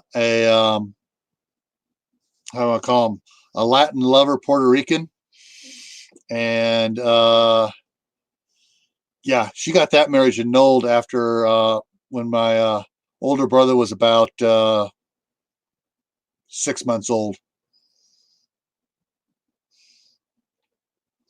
Then she swore she was never going to get married again. And then she was working on a movie set. She was the cook for my grandfather had a catering company that catered to the motion picture studios, and went out and did all the catering out on the shoots, like in Johnson's Canyon and Monument Valley and stuff. And they were up there in around near St. George, Utah, shooting a movie up there. She was out there, and when my dad was working as an extra on the movie as a riding horses and stuff.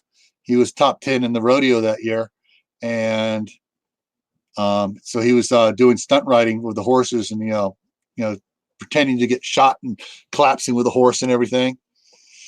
And when the movie shoot was over and they were packing up, my grandfather hired him to drive a couple of the trucks back to California.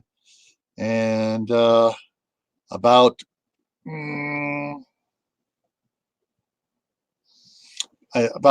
14 months later, I burst on the scene. So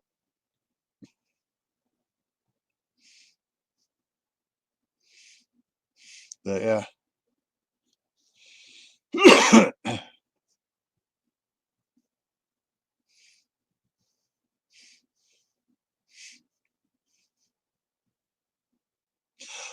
Oh, another interesting story. But we'll save that for another time, Tibor.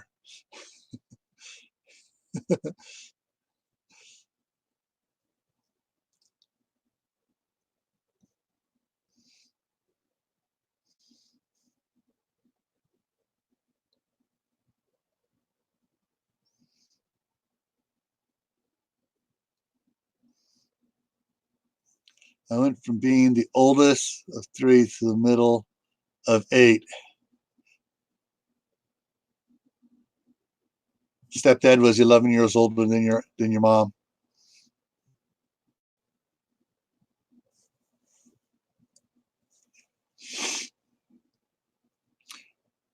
Cool.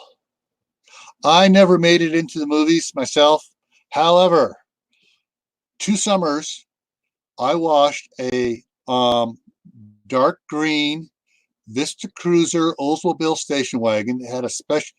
I don't know if you remember the Vista Cruiser. The back, it would come back from the back and it would drop down over the driver and had glass along here. Well, they raised that whole thing up and it still had the glass along the side, and it had the wood paneling on it, and it was custom made for John Wayne. And he and my grandfather were good friends. In fact, Backjack Productions, John Wayne Company, stored all their equipment at my grandfather's facility. So, yeah, so I got to wash his car, many Saturdays when he was over there talking. I got to play. I played with Ethan, John Wayne's young son. His son played his grandson in Big Jake, the little boy that was kidnapped. That was Ethan. He and I played together as kids. But what was funny is on the Great Locomotive Chase with Fess Parker and Jeffrey Hunter. What's called strike night in theater and in the movies, when they're all done and they're striking the set and taking everything down. For strike night, they had a big blowout party back in Georgia where they filmed the Great Locomotive Chase. My mom was the cook on it. They had the truck on a flat car and they followed the trains up and down the track and stuff. Well, on strike night happened to be November 1st, my mom's birthday. And so she danced with all the stars danced with her and stuff, and she danced a lot with Jeffrey Hunter. And he wanted to see her when they got back to Hollywood. And so almost my last name almost became Hunter.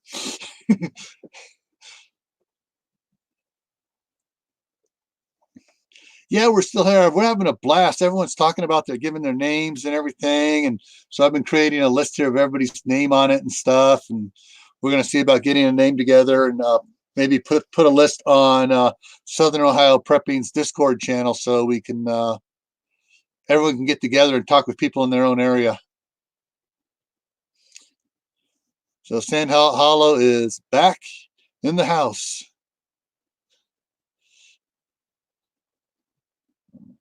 Oh, I got to put this one up here. See if I can find this one here. There is a funny one up here. Gotta try to find it here if I can find it here real quick here. Come on, where is it? Where is Lori's picture? Lori has a funny post on Facebook. If I can find it here.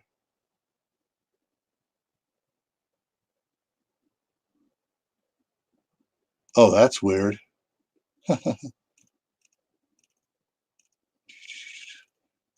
Come on. Gotta find it. Oh, well, dang it. It was really funny. I wanted to share it with you guys, but I can't seem to find it.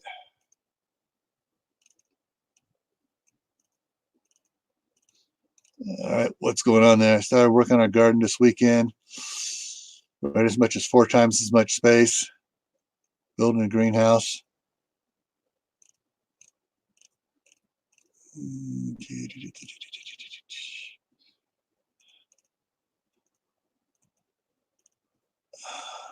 Where is Lori's thing here?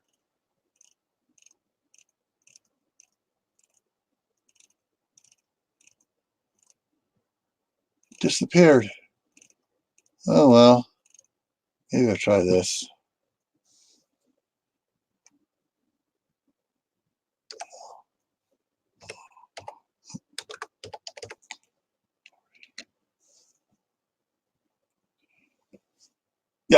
Okay, there we go. And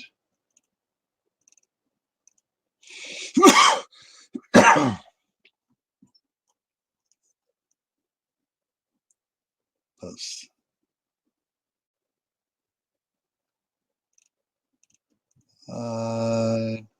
Where's that photo?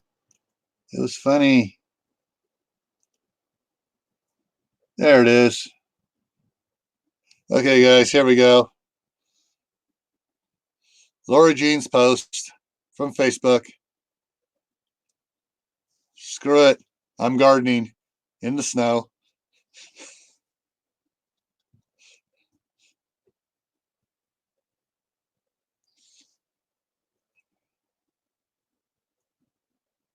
So I had to find that one for you.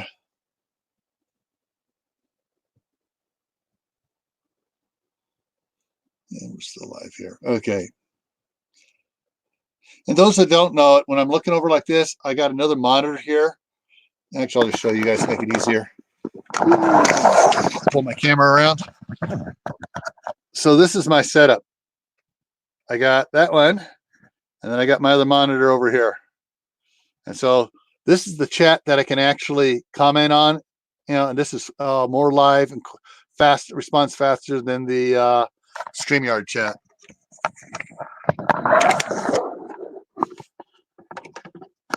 So yeah. Now that everybody's seasick from whoa, they got then up there.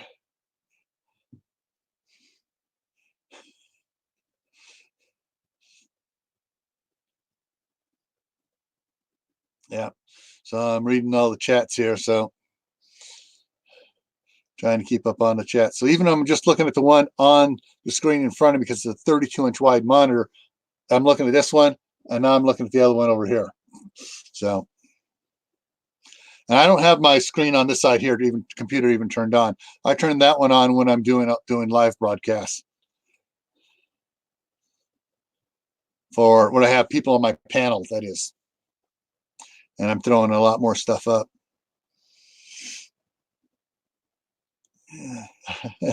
Sorry, Dave. I didn't mean to make you seasick.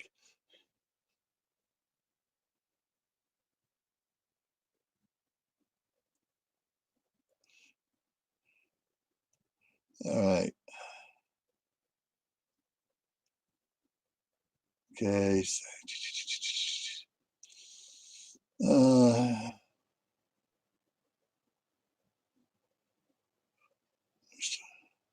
A large wildfire going on. Yeah. Yeah, Wendy, our property here in Idaho, when we bought it, it had been not been used properly and been abused for many, many, many years. And we're trying to get it back ourselves. That's why I'm trying to get all the fertilizer hauled in from the local dairy farm and try to get it going again. Yeah.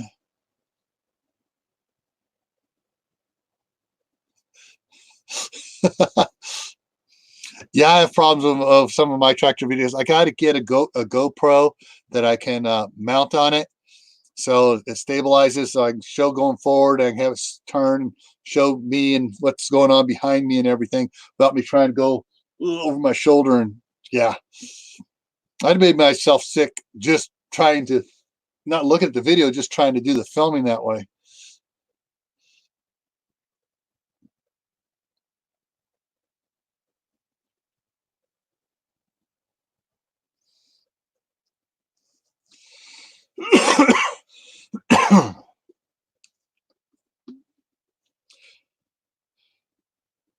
Asymmetrical, what state are you in? Don't want to know what town or even county, but just what state.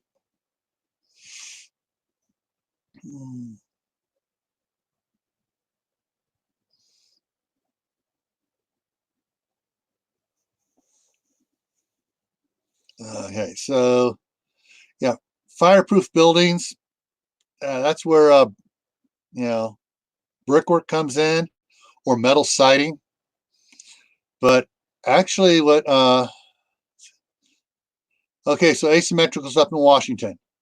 Okay,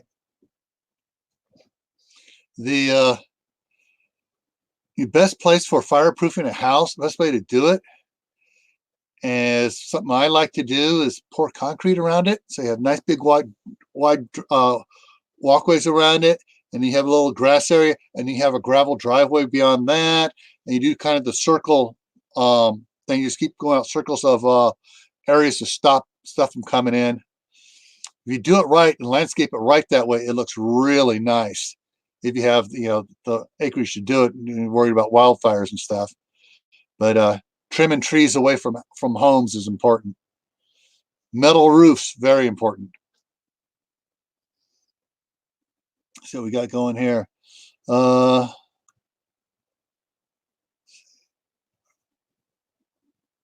Too much going on of people moving in, being able to do anything. Okay. Trees are budding already, Sand Hollow.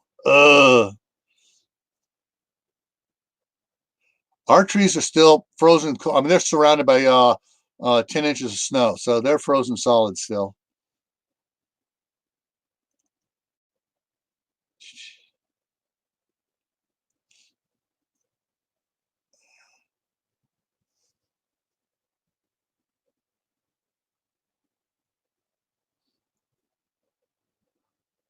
All right, very good, Wendy. Yeah, we're going to be putting some raised bed soos.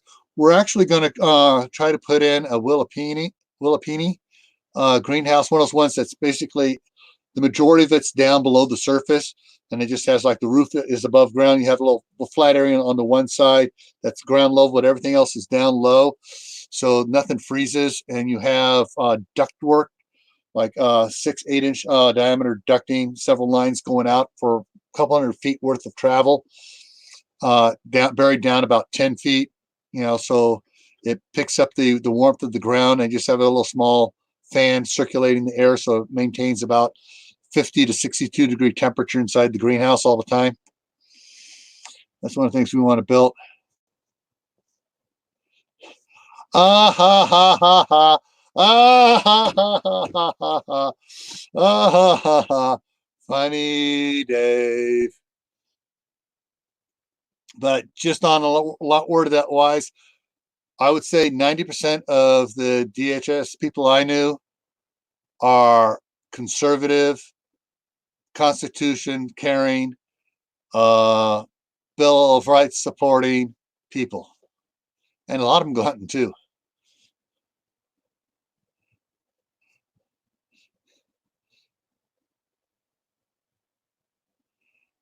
Yeah, he's talking about me. Yeah, I used to work for Homeland Security. Here's one of my uniform hats. I was the emergency management coordinator for Homeland Security. I wrote tactical response plans for disasters and incidents such as IEDs being found at different places like railroad terminals, airports, bus terminals, pandemics, infectious diseases, wildfires, earthquakes, winter storms, flooding. I wrote over 43 tactical response plans for Homeland Security.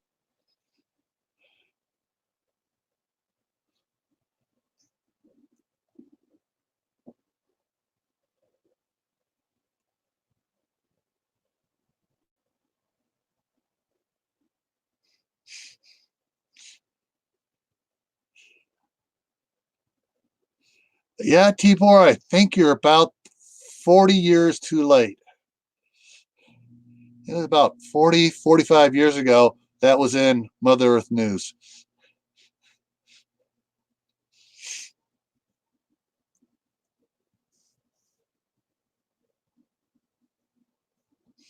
So I need to pop this up real quick. Okay.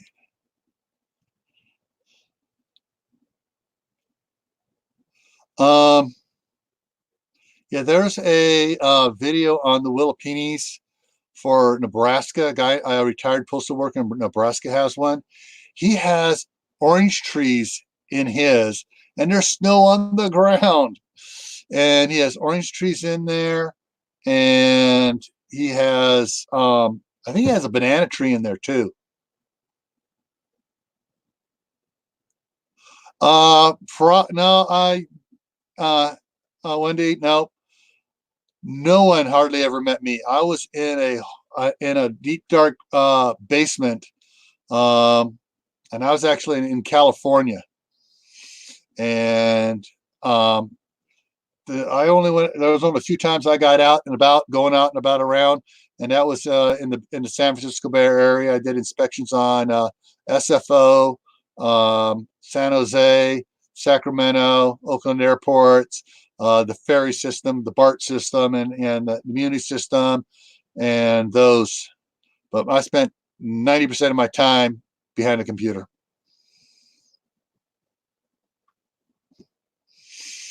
Yeah. I got all the reports and stuff, and I went over reports, after action reports, and entered that into my database and everything. Oh, yeah, he has pomegranate grapes there too. Yeah, that's right.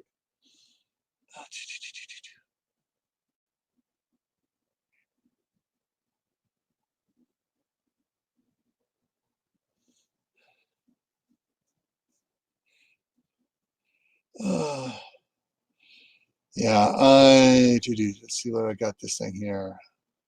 Is it this one? Or this one? This one. Okay, so I'm going to open this in a new tab. And for those of you that don't, I retired September 2018. I retired a year early because the political crap that was the people that had been put in place by the abomination had filtered down to me and some of the idiots that were coming in, and I got tired of arguing with them and stuff. And I had, I'd bought this place. This place was bought. All my vehicles were paid for. My place in California is paid for. I had a huge retirement from my operating engineers. I have my federal retirement. We've been dumping tons of money into our TSP for the last 12 years. So it's like, no, I don't need the stress. I need to relax, not get an ulcer. And so I up and retired. And I didn't have a normal debriefing for leaving federal employment. My debriefing was with senior management. And instead of usually my debriefings last anywhere up to half an hour, mine was 2.5 hours. And they were taking notes and scribbling as fast as they could. I was just, I had a black book of dirty secrets, and I was just saying, I know 6 people got fired after I left.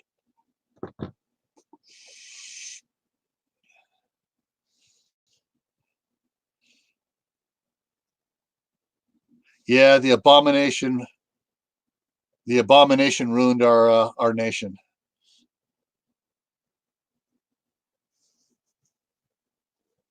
Yeah, so this here, guys, anybody wants it? Let me throw this up here. Control C. Go back to the chat. This is a real cool video, guys, I'm putting out here. It's on a Willapini greenhouse in Nebraska, where it gets really cold. So, and see if I can bring this over here onto this side. And get that back up there. And I'll come up here and yeah. Oh yeah, I love it here. I got 2 tractors. I got a little 24 horsepower hydrostatic Coyote tractor, and hang on a second, I get back this up a little bit there. And an old 9N, basically it was a 1939 Ford 28 horsepower tractor. So yeah, go back and look at some of my tractor videos. Yeah, I'm tootling around on that thing, having a blast. So guys, this is the video for that link I just put up. Greenhouse in the snow, 100% geothermal. And let it go. That's the greenhouse there. And this is the house next to it. And they're both geothermal. And see, there it is in the snow. And it's 52 degrees inside the greenhouse in the snow. Let's see if I can skip forward. Here we go. Inside, he's got oranges and lemons. Look at that. I know how he just goes ape over this guy. There's the gentleman. He's a retired postal worker. And he's got all sorts of stuff there. It's a real cool video. It's not mine, but hey, it's cool. Everyone ought to check this out. It is absolutely fantastic. You don't have to, you don't have to worry about early freezes and stuff. But I mean, look at they're below ground level where they're walking at. They're down below one, and they're walking through there, and it's so cool. Look at that thing, and those flowers and stuff. And so he has the vent system that blows air through and circulates it around. So the air coming out of that thing, 52 to 62 degrees. And so it's really cool. Let's see what where's the look at all those flowers and stuff in the snow again. And he's got grapes in there. I think he said he gets 2 harvests of grapes a year because it's the temperature and stuff, the way it grows in there. But yeah, guys, if you're going to build a greenhouse, that's the type of greenhouse to build. Spend the extra money, dig down. You can grow year round in it. The only thing electrical on it is the fans that circulate the air, and a little solar panel and a 12-volt fan works.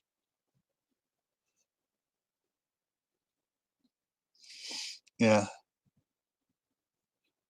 I mean, this is just absolute. I'm trying to find a picture of the banana tree. Thought he had a banana tree in there, but yeah.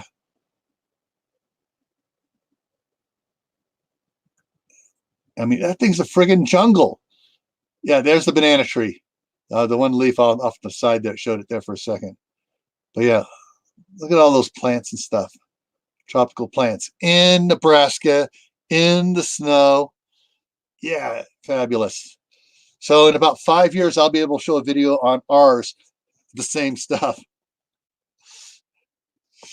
All right, so into commercial. So we're going to drop that. And for those that just came in, yeah, we were talking about inserts and stuff for shotguns earlier in the beginning.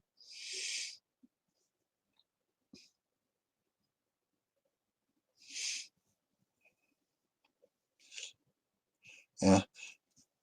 And the thing is, unless you have constant wind, a windmill is sporadic at best for your power. They have some really 12-volt fans about this big on Amazon that are cheap, low wattage and stuff, and they don't have to blow a lot of air, just a light breeze, just to keep the air moving around, so the air goes through, it warms up as it goes through, or cools down for the summertime, and then comes back out and circulates inside there and down.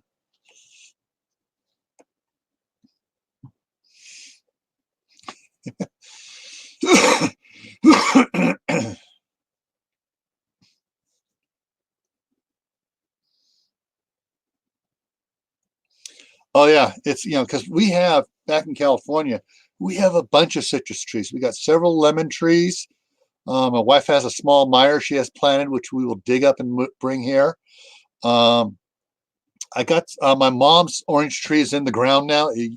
For 15 years, it was in a half of a 55-gallon barrel, and it was producing oranges and stuff. We put it in the ground. Now it's just going absolutely nuts. So when we get the orange trees in the Willapina here, I'm going to take prunings from that and graft them on to some trees here, so we can still get those big monster. I mean, they're softball size oranges with thick skins on. You peel that skin, just peels right off of it. Oh, oh, oranges are to die for.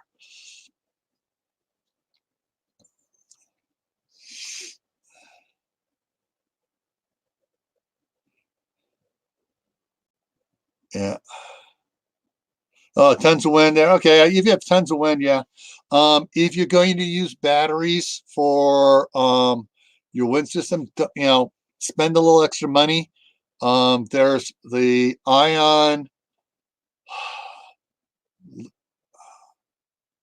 the lithium iron phosphorus batteries. They're the deep cycle.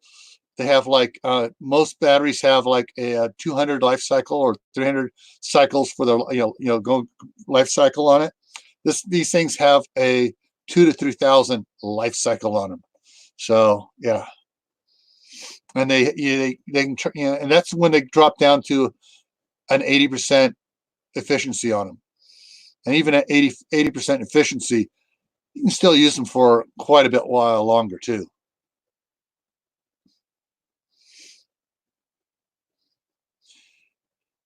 Yeah, it's a money tree, and that's my wife's an accountant, and yeah, it's one of the things. Is okay, all right, you want your fig tree, you want your lemon tree, we got to do this. So, but we're probably not going to build that for a couple of years.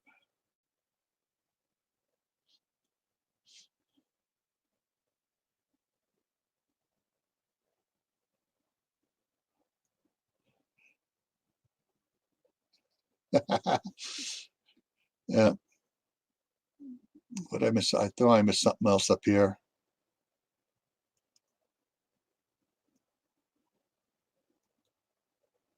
Yeah. And what's neat with those willopeenies, yeah, it may get down to 52 out there, but in the wintertime when there's snow on the ground and you're getting cabin fever, you go out into the greenhouse and you put it around and you start growing and you're working on stuff and you don't get cabin fever.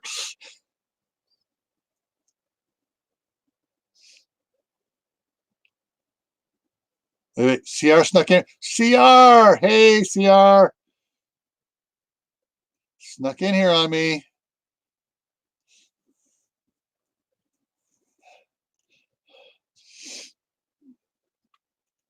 So, another one of our friends from north of the border. So we've had CR, we've had Howie, and we've had Lori visiting us from above the. And so someone else from Saskatchewan was in here. Oh shoot, who is from Saskatchewan? I'm having a brain fart.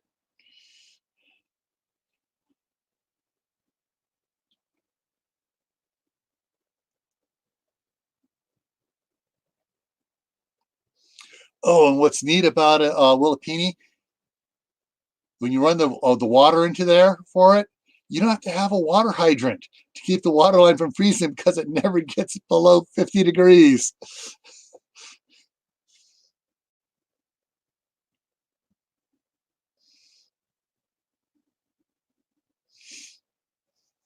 Yeah, my wife would also want to plant some roses out there, and she has a bunch of cactus she has collected that she has in California that she's worried. She was thinking we're gonna have to set up down in the basement, set up some shelves and stuff with some grow lights for her cactus and all her plants like that that would totally die up here.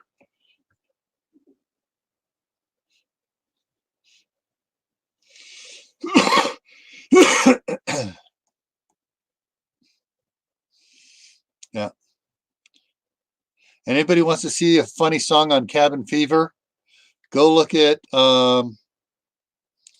Muppet Treasure Island. They do a song, dancing around song, dancing to, oh, I got cabin fever. We got cabin fever. Yeah.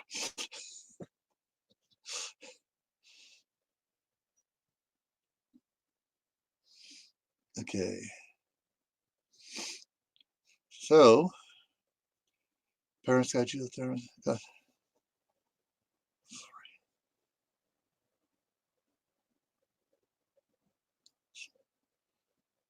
Have so much time enjoying. All right, thank you. Yeah, you can set. You can go high tech and hook it up so you can run your greenhouses and stuff, all the thing in it from your cell phone or your laptop or your tablet. Yeah.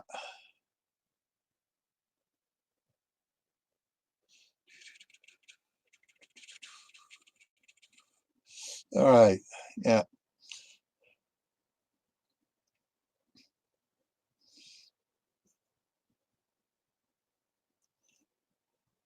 Yeah. All righty. We're coming up on 4 hours here. I need to get something to eat. Hey, I dieted today. I went till almost 1 o'clock without eating anything. Maybe I can get rid of this extra weight around me I don't need.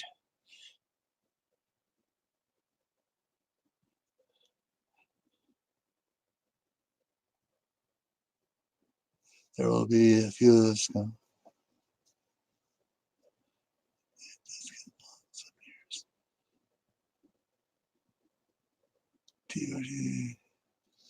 Yeah. Of course, nowadays, there's things to keep you from getting cabin fever. It's called a DVR. It's called the internet, YouTube. Hey, all sorts of movies on here you guys can watch, and goofy guys like me up here, just chatting away and getting on rants when someone talks politics at me. Or, anyways,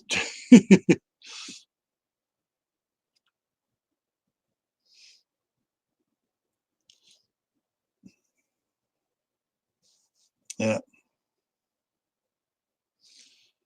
Oh, yeah, I gotta go down and so I need to also work down in the basement today. Got to get the actually got to get an area set up for just like an indoor greenhouse down there to start the plant, so that when the snow finally does melt and we can start planting, we can get stuff in the ground and we can put little hoops over the planters so that everything doesn't freeze.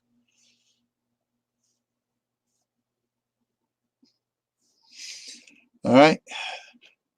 Yeah, this is yeah, Wendy. This is I love this community of a mix of there's a few preppers in here and there's homesteaders in here, and share ideas back and forth. Need to make some pizza crust. Oh, oh, shoot! I had a brain fart here. I hate that when it happens. Uh, Leanna, pizza crust. I don't know if you're subscribed to Palmetto Prepared.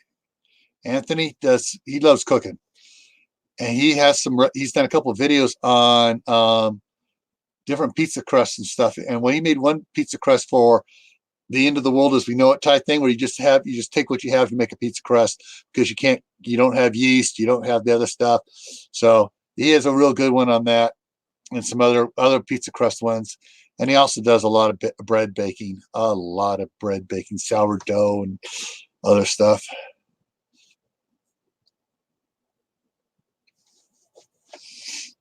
Yeah. And if you haven't subscribed to Anthony, you guys go subscribe to him. Tell him I sent you. Just to tell him I sent you.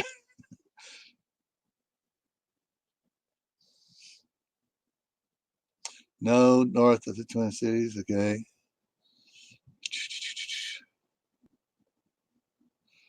Alrighty.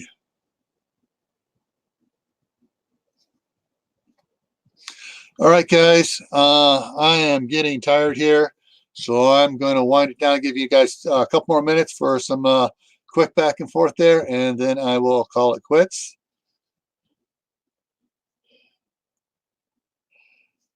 Yeah.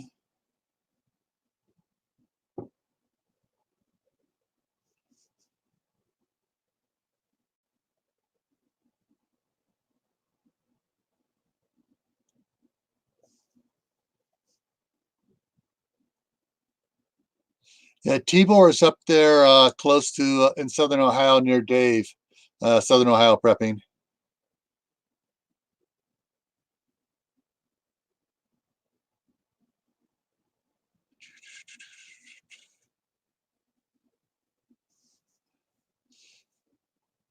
And you guys want to hear about, Dave up in southern Ohio there.